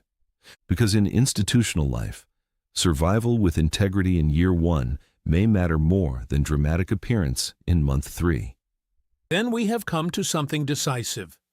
Minister Jones is arguing that the first year of equal station must be treated as a disciplined proof year, not a spectacle year, and that its task is to establish lawful structure, visible assets, retained circulation, and honest audit.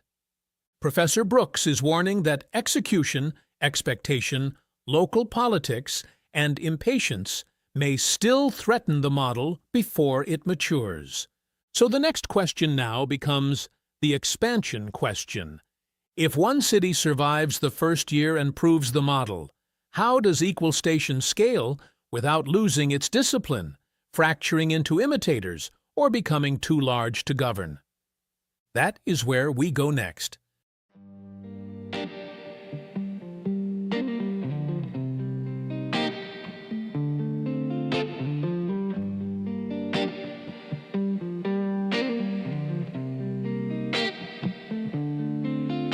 Africa's soil, where the first breath came. Before they divided us by color and name.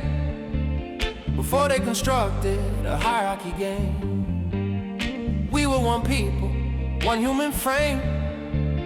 Savannah winds, where the story was born.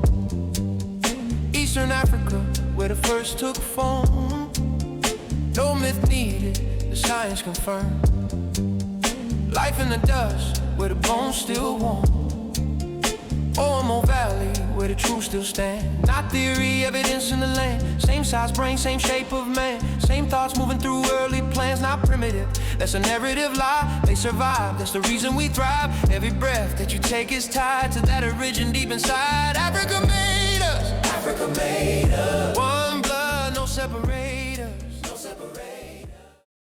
Gentlemen, we have arrived at the ultimate stress test of any nation-building enterprise.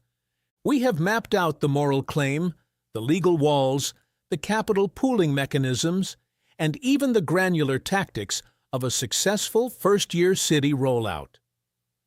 But history teaches us that the most dangerous moment for a revolutionary structure is not its initial failure, but its first taste of success.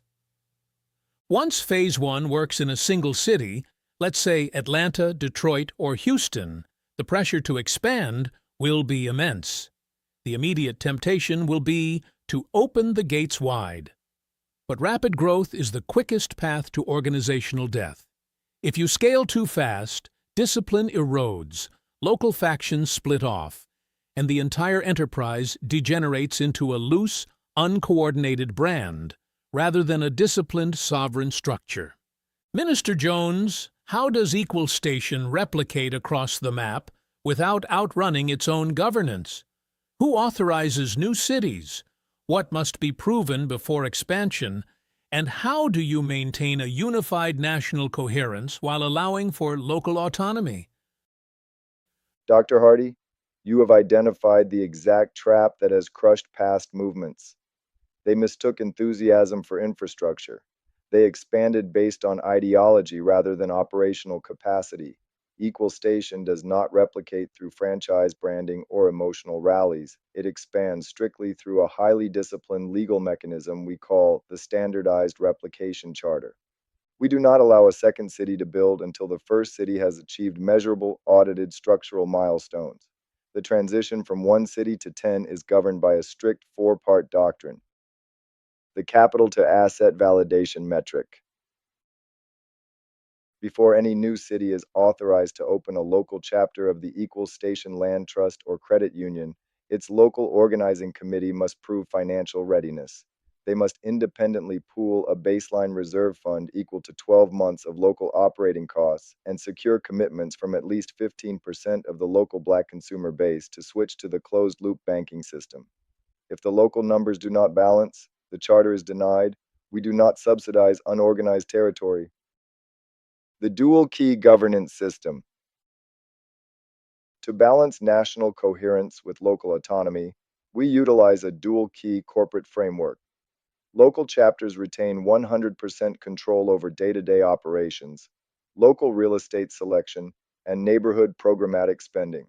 However, the national board retains an absolute veto over 2 specific areas: changes to the founding constitutional charter and any localized debt leveraging that could expose the broader national collective to asset forfeiture. The Centralized Bureau of Accountability, CBA. We establish a national independent oversight body comprised of forensic accountants, compliance attorneys, and structural engineers. This bureau acts as our internal judiciary. It owns the legal trademarks, patents, and corporate structures of Equal Station. If a local chapter attempts to fracture, go rogue, or violate the fiduciary charter, the National Bureau instantly revokes their charter, freezes their access to the shared digital banking network, and strips them of the Equal Station name. The cohort training pipeline. We do not rely on charismatic local leaders who might turn into regional dictators. Every local board member, credit union manager, and land trust trustee must graduate from a mandatory centralized institutional academy. They are trained in standardized accounting, legal defense strategies, and cooperative governance. We scale the system, not the personalities. Minister Jones, your replication charter sounds airtight on paper, but you are describing an incredibly rigid, highly centralized corporate bureaucracy. As a student of organizational sociology and constitutional law, I see a profound internal contradiction in this model. You are attempting to build an institution based on liberation, yet you are enforcing it through authoritarian corporate discipline. Let us look at where this machine will inevitably crack. The problem of local variance. A strategy that works in a dense, politically friendly city like Atlanta will completely fail in a politically hostile or geographically dispersed environment like rural Mississippi or Los Angeles. By forcing a standardized template from a national board, you stifle the very local innovation required to survive unique municipal laws and distinct economic realities. The threat of bureaucratic stagnation. The moment you create a centralized Bureau of Accountability with the power to freeze assets and revoke charters, you create an elite ruling class within the movement. History shows that centralized bureaus eventually become self-serving. They become more obsessed with protecting their own power and managing internal rules than actually expanding wealth to the people. The inevitability of rogue imitators. You cannot trademark a revolution. The moment Equal Station proves successful in 3 cities, copycat organizations, grifters, and opportunistic politicians will sprout up everywhere. They will use your language, call themselves Equal Station Independent, and operate without your discipline. They will commit financial fraud, suffer public scandals, and the mainstream media will weaponize their failures to destroy your legitimate national reputation. How do you legally or socially stop an imitator when you do not control the state? Professor Brooks, your critique misses the core design of our architecture. We are not building a top-down corporate monolith, nor are we a loose, chaotic protest crowd. We are building a federated network of interlocking sovereignties. We solve the tension between discipline and freedom by separating defense from execution. Decentralized adaptation. The replication charter is not a rigid script for how to run a grocery store or build a house. It is a legal shield. Local chapters have total freedom to adapt their business ventures to their specific city's geography and municipal laws. One city may focus heavily on agricultural land trusts, while another focuses on high-tech commercial incubators. The charter only mandates the financial and ethical architecture, the transparency, the capital retention, the audited accounting, and the non-alienation of land. The legal fortress strategy against imitators. You say we cannot trademark a revolution, but we absolutely can and will trademark the financial infrastructure. We protect the name and the model using the exact same intellectual property, trademark, and trade secret laws that defend international franchises. If a rogue group uses our name to commit fraud, we do not engage in a public shouting match. Our legal defense fund sues them in federal court for trademark infringement and consumer fraud. We use the master's tools to decapitate the grifters before they can poison the well. The shield against internal tyranny. To prevent the National Bureau of Accountability from becoming a corrupt, stagnant ruling class, the Bureau itself is structured with a hard-coded expiration date and strict democratic oversight. Every 3 years, the entire National Board must be reconfirmed by a 2/3 vote of the local chapter trustees. Power flows upward from the land, not downward from the boardroom. The locals retain the financial keys. The National Board only holds the legal shield. The conceptual battle lines have shifted from the foundation to the horizon. Minister Jones has presented a model of disciplined, federated expansion, a system that scales through rigorous asset validation, standardized training pipelines, and a dual-key governance structure designed to protect the national brand while allowing local tactical freedom. Professor Brooks has raised the vital structural warnings that the sheer gravity of expansion naturally breeds bureaucratic paralysis, local resentment, and a wild west of rogue imitators that can collapse public trust. The ultimate question of Act 5 is now laid bare. Can Equal Station maintain the razor-thin balance between decentralized liberation and centralized discipline, or will the natural laws of human factionalism tear the network apart as it crosses state lines? That is where we go next. To change the world, you must first understand it.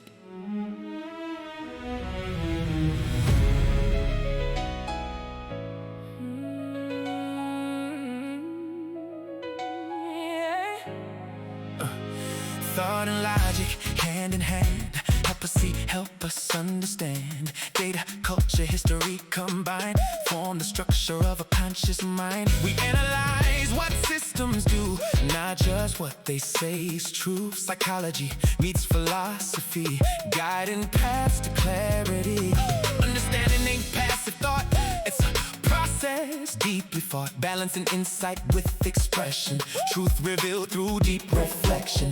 Different voices, different views, expand the lens we often use. From indigenous wisdom to modern plans, solutions grow when we understand. Grasp the concept, build the link, challenge what you've learned to think. Awareness grows when minds connect through dialogue and intellect. This is how perception shifts, how knowledge becomes a gift, not just learned but lived and applied. Truth internalized, not denied. Growth is not accidental, it is intentional awareness. Whereas a people are stripped of name, land, and claim. Whereas justice has yet to fully respond.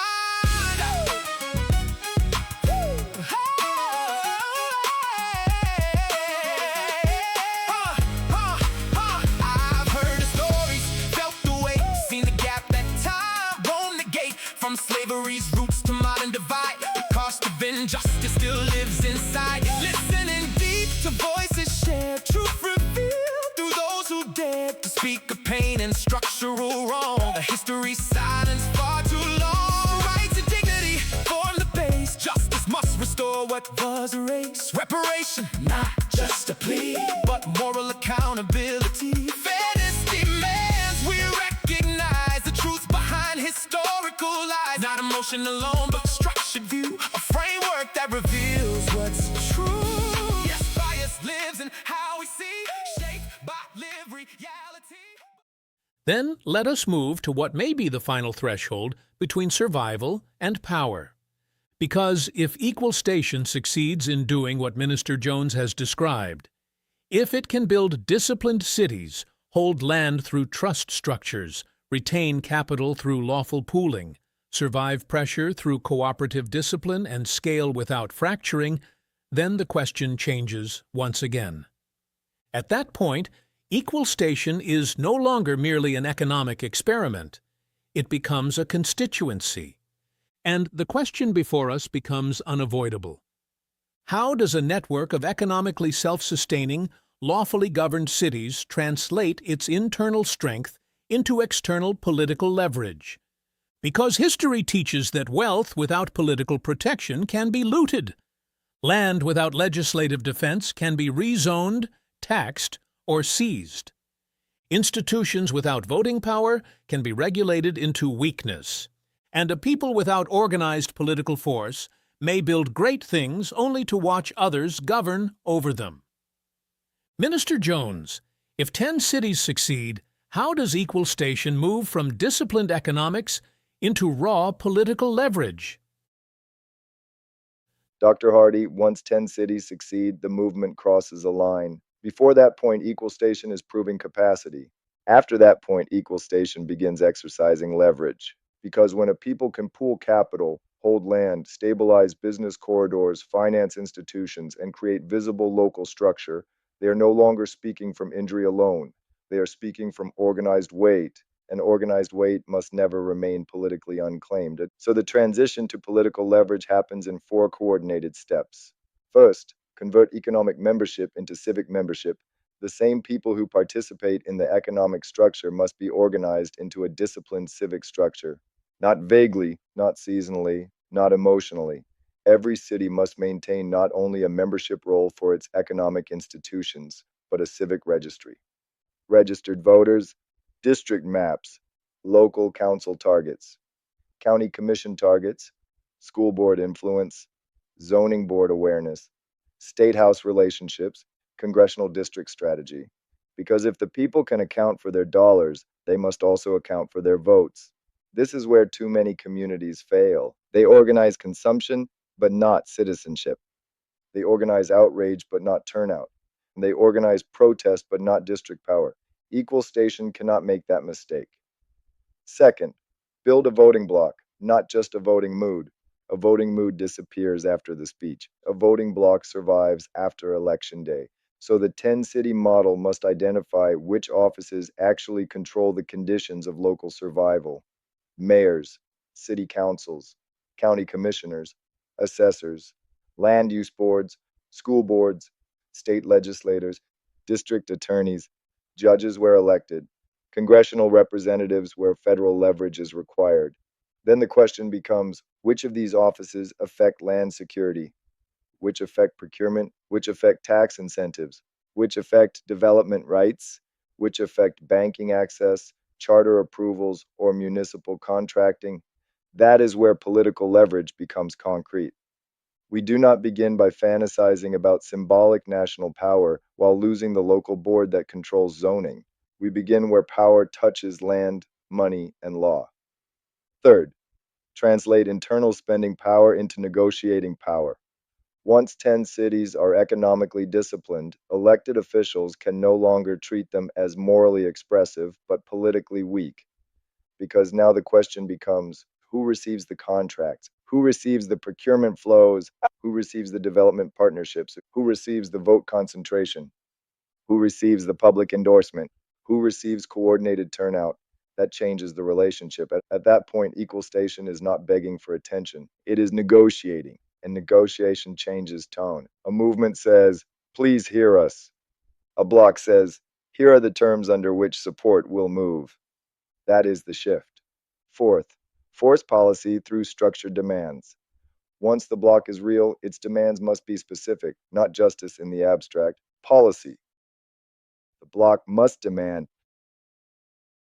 local land protections, anti-displacement measures, public banking access where possible, procurement set-asides, tax relief for trust-held community assets, infrastructure placement in equal station zones, business lending protections, legal support for cooperative formations, educational investment in member communities, and where possible, city and state level reparative mechanisms. Because if power is translated only into speech, then the structure remains exposed. But if power is translated into ordinance, statute, appropriations, appointments, and legal protection, then the economic base begins gaining political armor. That is the transition. The difference between presence and leverage. A great many people are politically visible and politically powerless. Equal station cannot settle for presence. It must become leverage. Presence is being counted, leverage is being courted, presence is being noticed, leverage is being negotiated with, presence is symbolic. Leverage changes outcomes. That is why 10 disciplined cities matter, because once 10 cities move with coordinated capital and coordinated votes, they no longer merely inhabit the political system. They begin to bend it. Professor Brooks, your response? Minister Jones is now saying that once equal station produces a disciplined network of successful cities, its next task is to convert economic membership into civic membership into a voting bloc, and that bloc into negotiating power over law, contracts, procurement, and local government. What is your critique? My critique is that this is where institution building becomes openly political, and once that happens, the risks multiply. The first risk is overconcentration. A disciplined bloc can indeed become powerful, but once it becomes identifiable as a bloc, it will draw opposition coalitions just as disciplined in return. Rival political actors, corporate interests, party machines, and media systems will not simply watch such a structure rise without counter-mobilizing against it. The second risk is transactional drift. When movements become negotiating blocs, they often discover that politics rewards compromise more quickly than principle. The danger is that leaders begin trading long-term structural aims for short-term symbolic victories, access, invitations, or personal relevance. The third risk is ideological fragmentation. Economic members may agree on pooling capital and holding land, but political coordination raises harder questions. Which candidates, which party, which coalition, which compromises are tolerable, which are betrayals? That is where blocs fracture. And the fourth risk is surveillance. The more effectively this structure translates capital into votes and votes into law, the more aggressively opponents will map it, infiltrate it, regulate it, and try to discredit it as a threat rather than a constituency. So my question to Minister Jones is this: how do you turn 10 cities into leverage without allowing politics to consume the economic structure that made the leverage possible? By keeping the order correct. Politics must serve the structure. The structure must not be sacrificed to politics. That is the first rule. Equal station does not build land, capital, institutions, and cooperative discipline merely to hand them over to party logic. No, the economic structure is the base. Political leverage is the shield. The shield exists to protect the base. That means the bloc does not begin by worshiping candidates. It begins by enforcing standards. Who protects the land trust? Who protects community procurement? Who protects anti-displacement measures? Who defends cooperative law? Who respects the disciplined capital structure? Who advances reparative policy in real terms? Support moves where protection moves. That prevents transactional drift. Second, the bloc must remain issue chartered, not personality captured. If the people are trained to follow a face, they will fracture when the face disappoints them. If they are trained to follow a charter, then the candidate is measured against the structure, not the structure against the candidate. Third, political diversity at the local level does not have to destroy national coherence if the non-negotiables remain clear. The non-negotiables are land retention, capital retention, institutional defense, lawful expansion, reparative leverage. Those become the spine. Within that spine, cities may vary tactically, but the charter remains intact. Fourth, surveillance and attack are not avoided by weakness. They are invited by strength. So the answer is not to remain politically passive. The answer is to become politically disciplined enough that attacks do not dissolve the structure. Then let me sharpen the distinction. Minister Jones, are you saying that equal station must become politically active, but never politically absorbed? Exactly. Because absorption is one of the oldest ways power neutralizes movements. The structure is praised, invited, celebrated, consulted, and then slowly detached from its original discipline until it becomes a decorative partner in the very order it meant to challenge. Equal station cannot afford that, and it must negotiate, not dissolve, influence, not disappear, bargain, not beg, protect its base, not trade its base away for symbolic access. That is how the leverage must function. Then I will say this: if such a structure could truly maintain economic discipline while exercising political leverage without being consumed by transactional politics, it would indeed represent something far more formidable than a protest formation. It would represent a parallel source of organized civic power. My caution remains that very few structures in history sustain that balance for long. But I grant that if the balance were sustained, the leverage would be real. Then we have reached perhaps the sharpest political threshold of the entire sequence. Minister Jones is arguing that once equal station builds 10 successful cities, it must convert internal discipline into external leverage, not to chase political vanity, but to shield land, capital, institutions, and reparative demands through law. Professor Brooks is warning that once a disciplined structure becomes politically visible, it becomes vulnerable to counter-mobilization, compromise, faction, and surveillance. So now the final question stands before us.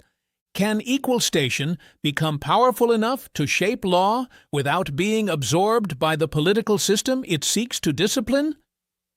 That is the question we now carry into the final synthesis of this debate. We have traveled through the fire, through the promise and the pain, through a nation built on freedom while our people wore the chains. And now the question isn't only what was taken, what was done. The question is what justice looks like when the building has begun. We are not asking for permission to remember why we came. We are standing on the truth now. And we are breaking chains.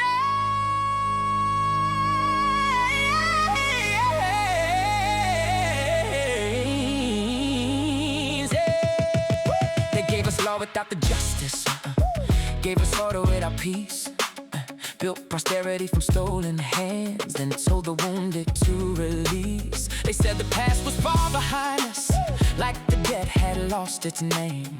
But a wound ignored for generations still remembers where it came. They took the ground beneath our fathers, took the wealth our labor made, then called the distance equal chances, while the balance stayed unpaid. So we rise beyond the talking, beyond the promise and refrain. Truth is more than recognition. Truth must learn to break the chain. Oh. Ladies and gentlemen, we have now traveled the full arc of this discussion. We began with a question that many would have preferred remain abstract: whether African Americans, after centuries of enslavement, segregation, exclusion, dispossession, and denied repair, may rightfully claim not merely inclusion within the existing order, but equal station, a condition of self-determination, repair, structural dignity, and material power. From there, we moved through the central fault lines of the American dilemma. We confronted the constitutional wall. We distinguished the Declaration of Independence from the Constitution. We examined the broken promise of land after emancipation. We asked whether repair without power is sufficient, or whether true remedy must alter the structure that caused the injury. We faced the bitter divide over reparations, especially direct cash reparations, and the moral refusal hidden beneath so much procedural caution. We studied the Japanese-American precedent and learned that direct payment is not legally impossible, only politically resisted. We followed the lawful struggle against obstructive statutes, doctrines, and institutional barriers. And finally, we crossed from argument into architecture, pooled capital, community land trusts, pilot cities, cooperative endurance, disciplined scaling, and the first outlines of a durable equal station model. So tonight's debate has not been small. It has asked whether justice is merely a word spoken by the powerful, or whether it can become a structure built by the injured.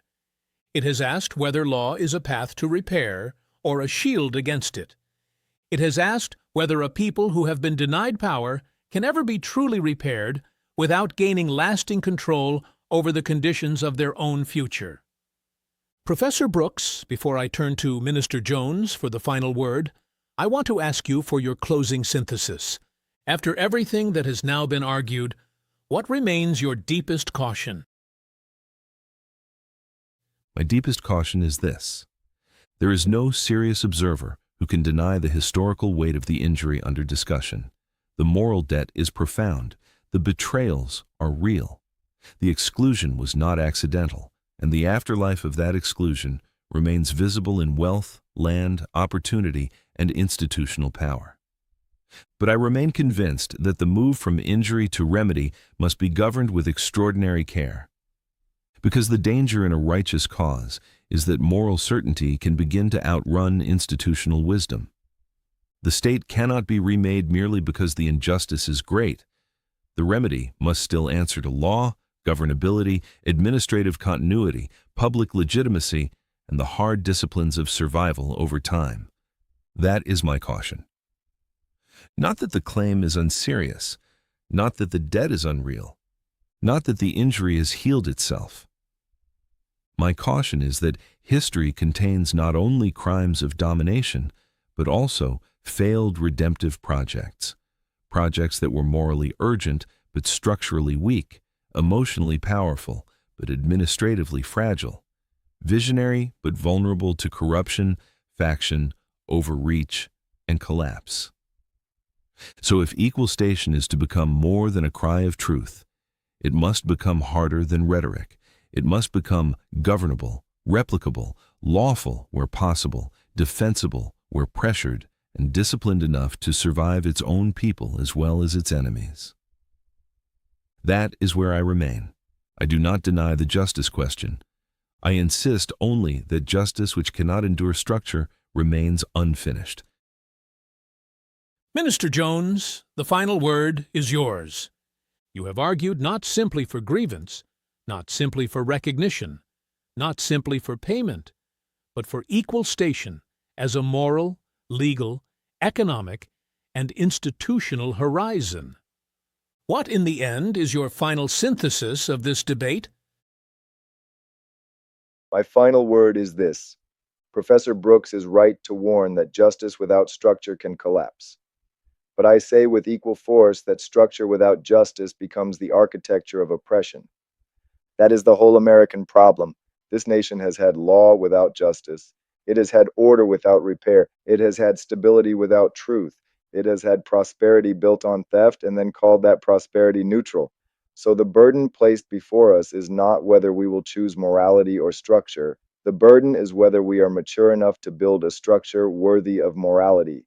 That is what equal station means. Equal station means that African Americans are no longer to be treated as a permanently injured population, waiting for another generation of studies, apologies, symbolic gestures, and delayed conscience. Equal station means material footing. Equal station means lawful discipline. Equal station means institutional retention. Equal station means land where land is needed, capital where capital is needed, protection where protection is needed, and repair where repair is owed. Equal station means that we stop measuring freedom by how gently the unjust order chooses to treat us, and begin measuring it by whether our people possess durable ground beneath their feet. That is why I have argued for repair with power, because repair without power can be reversed. Repair without structure can be absorbed. Repair without land can be hollow. Repair without self-determination can be supervised by those who never truly intended justice in the first place. And that is also why I have argued for disciplined construction. Not because the debt disappears if we build, not because the state is absolved if we organize, not because history can be erased by productivity, but because a people who understand what is owed to them must also understand what can be built by them. So no, equal station is not only a demand made upward, it is also a structure built outward. It is also a discipline built inward. It is also a future built forward.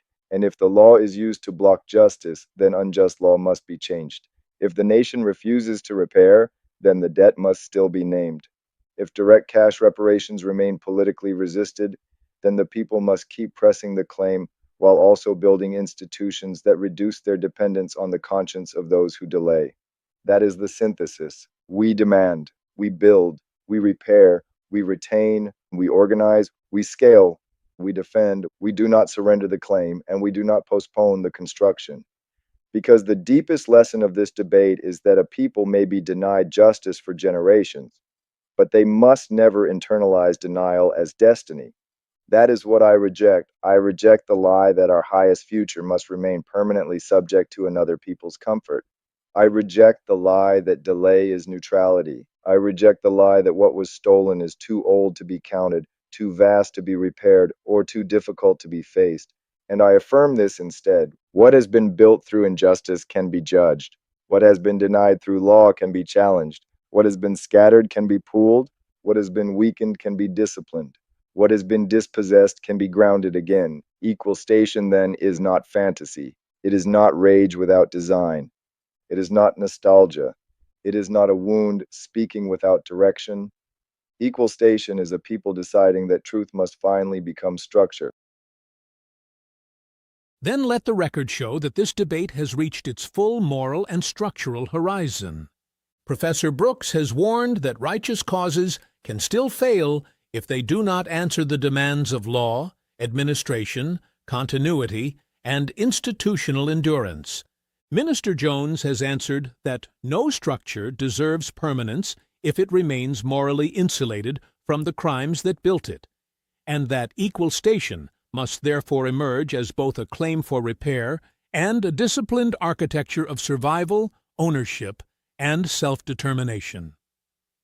So here at the end, the central question remains before us all. Can a nation built on injury truly be healed without yielding real repair, real ground, and real power to those it has denied? Or will the injured have to become the chief architects of the justice the nation refused to complete? That is not only the question of this debate, it is the question of history. I'm Dr. William Hardy, and this has been The Current of Life. Thank you, and good evening.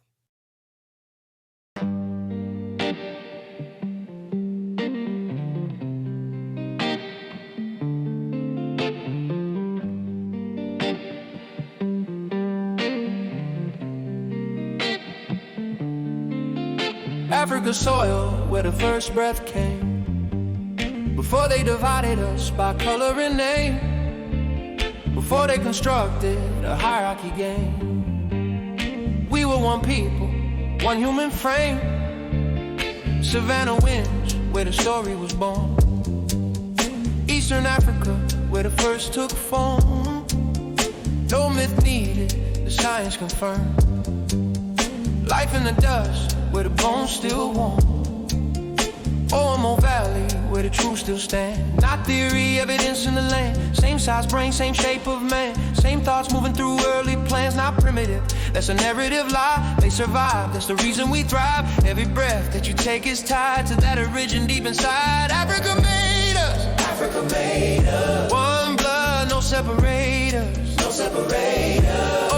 Standing tall in time, one of the first in the human line. Not a relic, reflection of mine. Same human spark, same design. Found in 1967, history flipped. Science caught what myth had missed. Bones too old for carbon to list. Argon dating sealed the script. 195,000 years in the ground, that's where the human truth was found. Not your first, rewrite the sound. Africa roots where we all come round. Same emotions, same inner drive. Same fear, same joy, same human vibe. That's why the species still alive. Thought and planning helped us survive. 2 million years where the branches grow. Different species we used to know. Habitus, the gods are in the flow. Evolution paths that came and go. Heidelbergensis, Hogenensis, line many branches through space and time, but one survived that final climb. Homo sapiens, that's our line. Not superior, just adapted right. Learned to think, to plan, to fight. Fire and tools gave us sight. That's how we made it through the night.